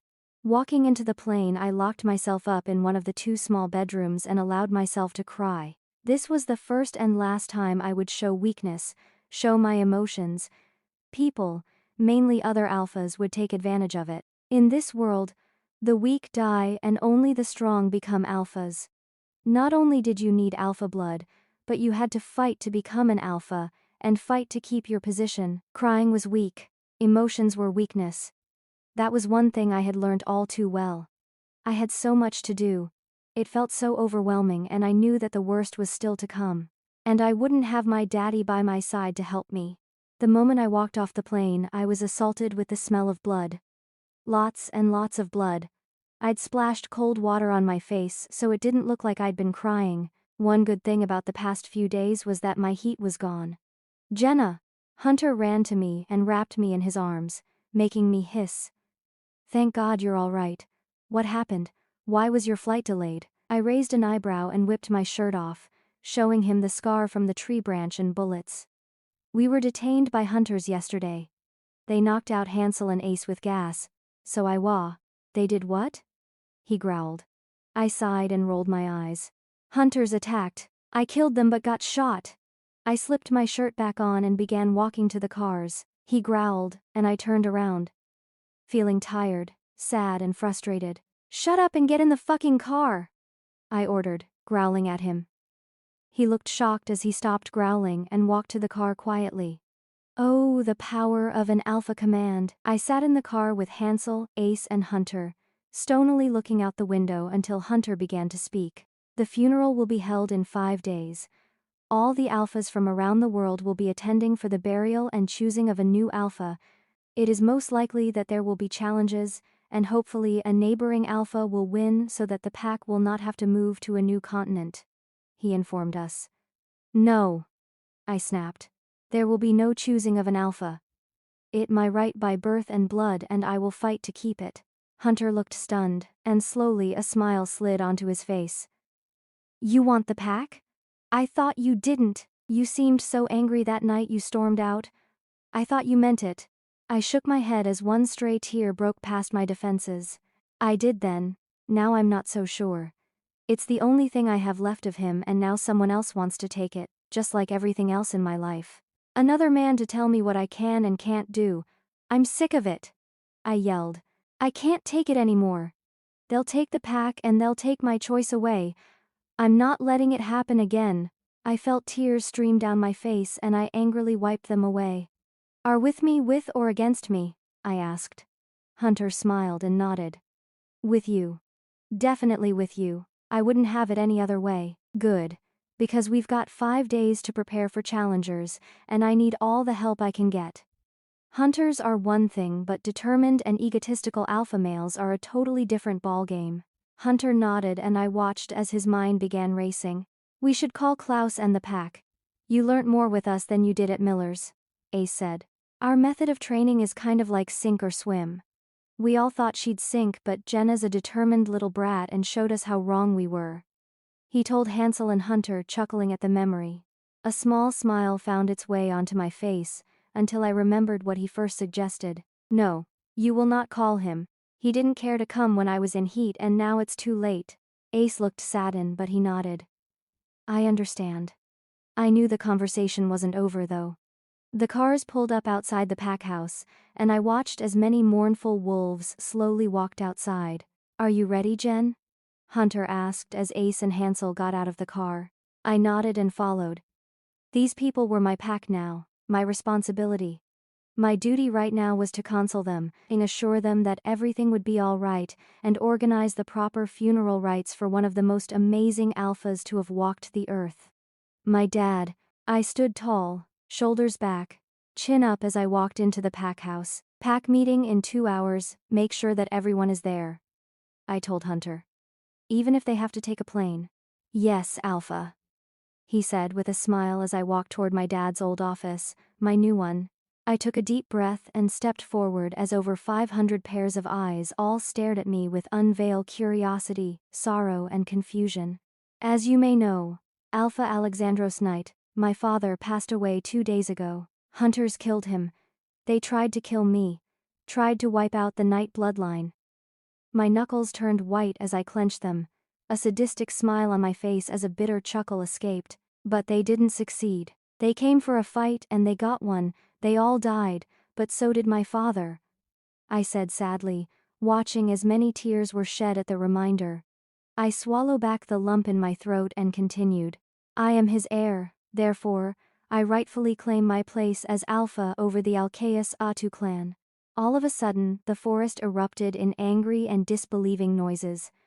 I let them voice their thoughts and shock, mostly because I was a woman before I took a deep breath as Hunter nodded to me from the sidelines. Silence, I commanded. They had no choice but to shut their mouths as the alpha command washed over them, many looking scared. If anyone has a problem with a female alpha, you may leave this pack. Know this though. If you leave, you will be at the mercy of rouges, hunters and the other packs who wouldn't hesitate to kill you. I let my words settle in as I gazed over the crowd.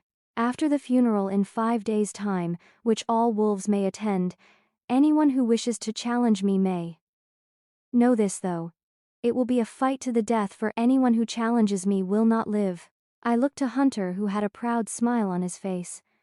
Matthias and Giannis looked just as proud as Hunter, but I could see the worry on everyone's faces. I am my father's daughter and I will lay down my life for the protection of this pack.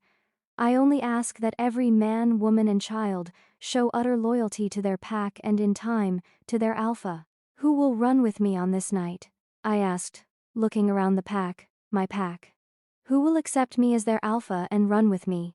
The clearing was filled with tension, as I stood alone in front of 500 people, swallowing tears. My dad was gone, and if I didn't have the support of his pack, then I wouldn't get anywhere. I would be laughed out of power and I would never be taken seriously again.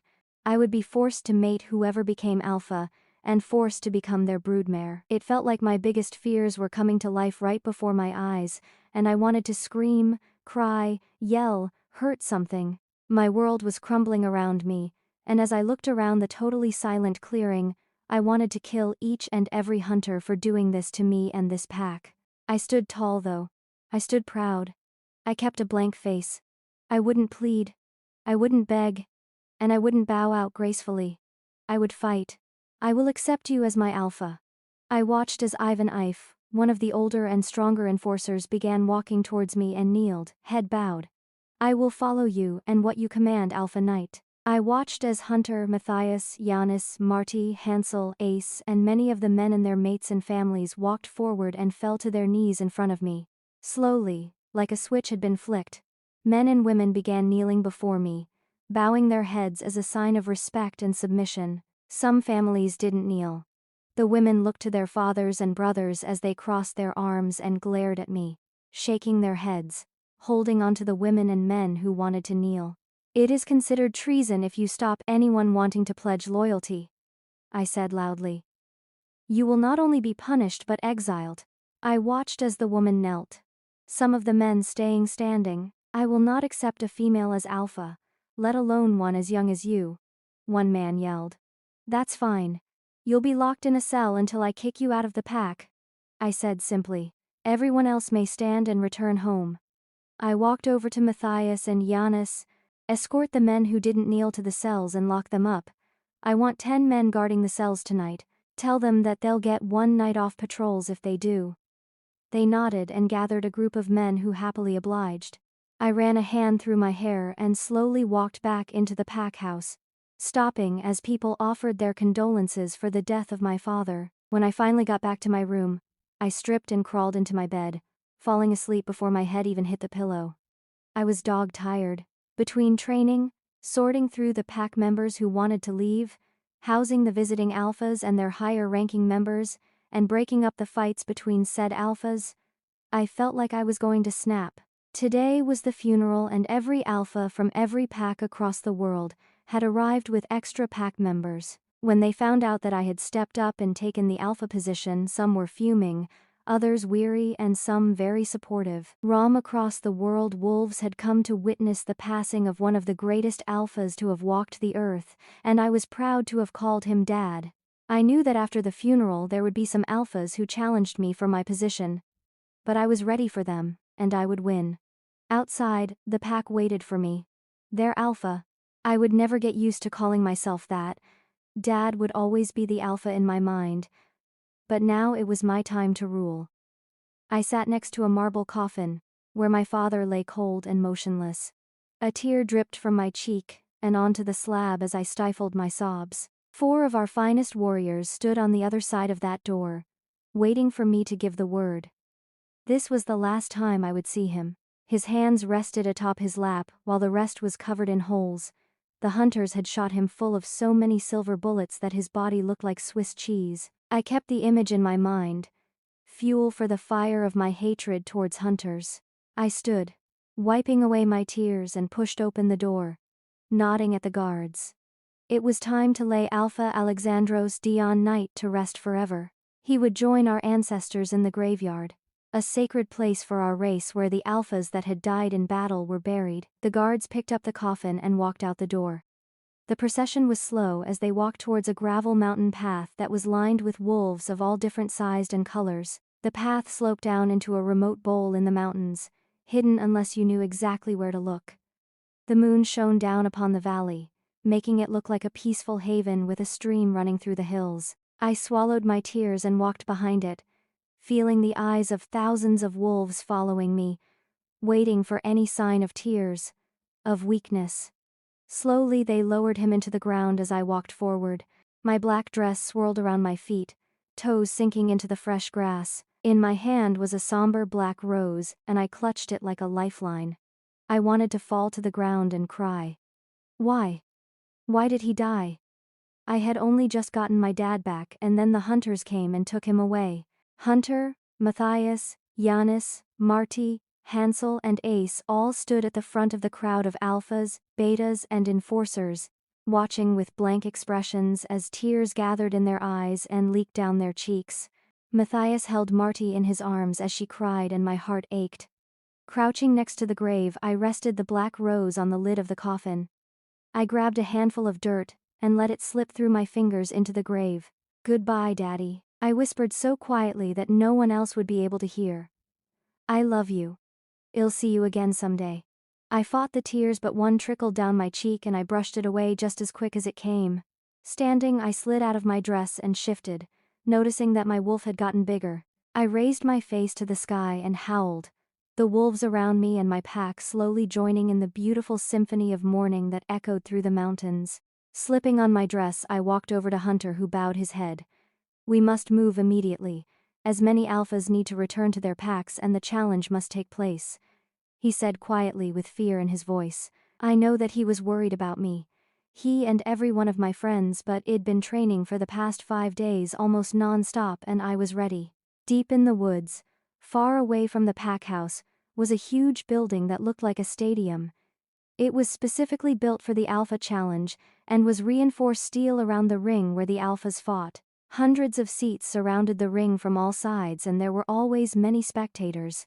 Something like this hadn't happened for a good 6 decades, and it had only been between 2 smaller packs from what I heard.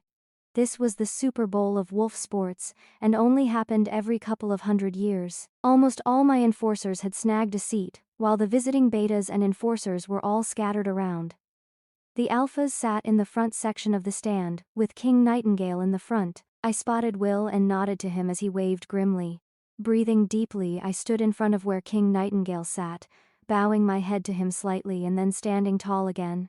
"I have come to defend my title as Alpha of the Alcaeus Atu clan against those who refuse my claim. Therefore my bloodline and my birthright as sole heir to the deceased Alexandros Knight." I spoke fiercely, looking each and every alpha in front of me in the eye, and showing that I wouldn't back down. I saw the king hide a proud smile, and I knew in that instant I had the support of him and his pack, that carried a lot of weight in our world. But even if he wanted to stop this, he couldn't.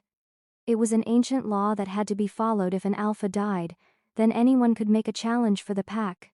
However, this only usually happened when there was no direct male descendant, and even though I was totally legitimate and everyone knew it, some of these males saw the opportunity to expand their packs and gain a very valuable mate. All because I was a girl. They thought they could challenge me, that it would be easy to win, and that they could take my freedom and my pack easily. They were wrong. It wouldn't be easy, and I wouldn't just hand it over. I stood there, eyeing up all the other alphas with a cold expression, until I heard one chuckle and stand. "This'll be like taking candy from a baby," he muttered to the alpha sitting beside him. "I hereby challenge Jenna Knight to the title of Alpha of the Alcaeus Atu clan," he said. This alpha looked Middle Eastern and had dark brown hair and deep brown eyes that were looking me over with lust. "In fact, I'll even accept your claim," he said, eyeing me up and down as I stood with my feet shoulder-width apart, chin up, shoulders back. "But as my mate, I held back a snort and instead stood still and gave him a sickly sweet smile. How very fucking kind of you, I growled. I accept your challenge. Nightingale stood and looked around. Does anyone else wish to challenge Alpha Knight? He asked. There was silence until two other men stood and nodded. I challenged Jenna Knight to the title of Alpha of the Alcaeus Atu clan, they both said. I hid a smirk. They were dead men walking and it looked like my pack would grow today. They all walked down, and moments later they appeared in the area, Nightingale leading them. You all know the rules. 1 against 1. Once the first man is defeated, the next will challenge the winner. To the death or until submission? He asked me, as I was the one being challenged. I knew that everyone thought I would take the option of submission as no one thought I would win. To the death. His eyes widened and he shook his head. There is no shame in making it till submission, Jenna. I shook my head and shot a look at the alphas standing next to and behind him. I will not have people around who question my leadership, challenge my claim and then insult and mock me. To the death. If I let them live, I would be second-guessed by their previously packs who wouldn't listen knowing that their old alpha was still alive. Wolves follow power, but are also very loyal, and if an old alpha is still alive then they're not going to be 100% loyal to me and only me. He nodded and turned around to talk to the other alphas, though I knew that he was warning them not to kill me. I was the only she-wolf and killing me would mean ending the future of our species, as over the years the males would get weaker without female counterparts, who could shift and revitalize the population. I growled under my breath and watched as they all nodded, shooting hungry looks over in my direction. Just because they wouldn't try to kill me didn't mean I wouldn't kill them. Because I would, it was insulting. Let's get this over with, I growled, pulling my dress over my head, watching as everyone gasped at the scars all over my body. The worst being the one I received from when the doctor cut that branch out of me. I shifted into my huge black wolf and watched as Nightingale and the two other men stepped aside, and the first challenger walked up to me, the Druidus Carmicim pack from Portugal. He smirked, and then changed as Nightingale went back to his seat. Winner will take the loser's pack and land. The loser will be stripped of all money, property and titles, and will be 6 feet under. Begin. I waited for him to make the first move, give him false hope. Play with him a little bit. It seems that since I became an alpha, I grew another 6 or 7 inches, and I was more evenly matched against this wolf, though I was still a little less bulky. He lunged for me, trying to pin me down and bite my scruff, to show who's more dominant. I dodged and rolled away, slicing his belly with my claws as he landed where I had been. I growled, standing and slowly stalked him with a predatory gaze as he turned baring his teeth at me, blood dripping onto the dusty ground. He snarled and tried swiping at my head, missing as I ducked. I went for his throat, and he moved at the last second, making me bite into his shoulder instead of his jugular. I bit hard, his blood filling my mouth as he growled, trying to shake me off. I bit harder, and when I felt him latch onto my shoulder in retaliation, I tore away and spat out his flesh, watching in satisfaction as he whined, blood pouring from his shoulder as his body tried to heal. Lunging again, he reared up on his hind legs, growling, and landed with a thud as I dodged around him and bit into his back. He growled as I bit into his leg, snapping bone. He got a few hits in with his claws and one bite in my shoulder, but that was insignificant compared to what I was doing to him, and I was enjoying it. He belittled me, tried to take away my pack and freedom. He'd pay for his words. I took out all his legs one by one until he could only crawl away.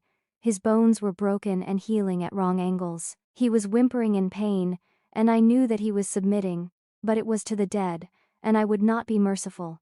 Not this time. I went for his jugular and tore out his throat, blood spurting all over my face and neck as his body went limp, blood pouring onto the dust and me. I stared up at Nightingale, who looked horrified as the next alpha walked down to where I stood, my jaws dripping blood, eyes spitting venom. This was the Ukawa Pack Alpha from Hawaii. He shifted into a big, dirty brown wolf and wasted no time circling me, looking for any weakness. There was none. All my nicks and scratched had healed, my shoulder felt fine, and I was ready to kill. We lunged for each other at the same time and became a snarling blur of claws and teeth. He broke away first, and I knew that he'd learned from watching the last guy. I dodged his attack and jumped onto his back, stomach stinging from when Head dug his claws deep into my stomach. Pressing all my weight into the base of his skull, I wrapped my jaws around his neck and bit as hard as I could, shaking my head from side to side. His head hit the ground with a dull thud, body slumping to the ground as blood gushed from the blood stump that was his neck. I shot a triumphant glare to Nightingale as the last challenger slowly walked down towards me. This one looked meaner, more determined than the rest, older and more experienced. The Septem Gravissima Peccata from Russia, the 7 deadliest sins. This pack was fierce. They were mercenaries, loyal only to their alpha and known for their brutality. If there were a pack made for killing, this would be it. Mine was large and fierce. We had well-trained warriors, but these men had morals and a conscience. The Septem Gravissima Peccata followed no laws but those set by their alpha. The Septem Gravissima Peccata Alpha had a tribal tattoo on his right arm, with dark skin. Brown, almost black, soulless eyes and a straight, sharp nose. There was total silence as I squared up to him, watched as he slowly peeled off his clothes, glaring at me till the moment he shifted. We circled each other for what seemed like ages, sizing each other up, both crouched, muscles straining at the ready in a defensive crouch. We glared at each other, ears pinned down, teeth bared, and we circled.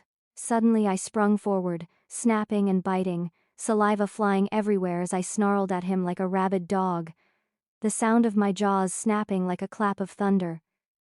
He didn't flinch but growled instead. We circled for moments more until he made his move. If I'd blinked, I would have missed the moment his muscles twitched, the way his eyes narrowed as he lunged for me, landing on my back and wrapping his teeth around my scruff. I went still beneath him as he dug his teeth in deeper and tore my sides with his sharp talon, like claws.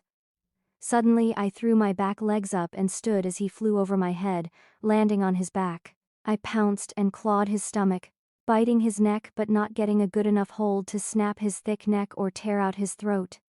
He clawed at my belly, and I was forced to back up or have my stomach ripped to shreds. I growled and circled him again, as the sun slowly began to set and fatigue settled in. I'd been fighting for what felt like hours. He growled and tried to take out my legs, like I did to the other alpha, but I jumped up and landed on his head, sending him crashing to the ground. Before he could push me off, I shifted, taking him by surprise, and grabbed his top jaw, forcing the side of his head to the ground and kneeing his bottom jaw. Stuffing my hand down his throat, I slowly suffocated him as I delved into his body. He tried to throwing me off, but I kept his head pressed to the floor as his body convulsed. My shoulder was touching his mouth as I pushed my way through his lungs and grabbed his heart, pulling it from his chest and out of his own mouth. I held it up, dripping blood as the deep lacerations on my arms from his teeth healed. I was covered in blood and scratches, as naked as the day I was born, and standing before over 500 men, each and every one looking horrified. I claim the title as Alpha Knight of the Druidus Carmissim, Ukawa Pack, and the Septem Gravissima Peccata. But first and foremost, I am the sole and rightful heir to the Alcaeus Atu clan, and I will kill anyone who stands in my way. There was total and utter silence as all eyes darted from the heart in my hand that still dripped blood, to the scars on my body, back to the heart, and then to my stone-cold expression. "Do any others dare defy me?" I asked, throwing the heart away from me when it landed with a thud next to the 3 dead bodies littering the dirt. No one uttered a word, so I picked up the black dress and slid it onto my body. "The members of the 3 packs I rightfully claim as my own will meet me in my office in an hour," I ordered, walking out of the stadium, leaving over 500 speechless males in my wake. I had defended my titles, proved myself to all the alphas and my men, gained more warriors to fight the hunters, and still had so much more work to do. I looked at the 3 men standing around my office. The betas from each pack I had just become alpha. "Welcome to the Alcaeus Atu clan," I said, taking a seat behind my desk that was scattered with papers. "You and your packs will need to swear allegiance to me in the coming weeks, and begin packing up your possessions. I will need each of you to give me all the files on your pack, including financial information, maps, pack files, etc. I looked up when I felt their angry gazes and I narrowed my eyes. If you wish to be stripped of every privilege your positions offer and exiled, I would suggest doing what you're told. If any of you or anyone in your pack decided that you want to rebel, then there will be severe punishments. I could crush you with my pinky finger. I knew that it'd have to be tough even after the challenge if I wanted the packs to cooperate. I'll be selling each respective pack house and constructing one giant complex where every pack member will live. I expect you to return to your packs and tell them of what had transpired. I will send 5 of my enforcers with each of you who will report back to me every day, and if I do not hear from them, then I will personally sort whatever shit your packs are pulling myself. Do I make myself clear? I snapped. They all nodded and they immediately stopped glaring. One man stepped forward after much whispering between them all, and bowed his head. If I may, Alpha? I nodded and gestured for him to speak as I shuffled papers. Why don't you send or appoint someone to stand in as Alpha in your place and acclimatize the pack to this drastic change? I nodded and thought over what he was suggesting.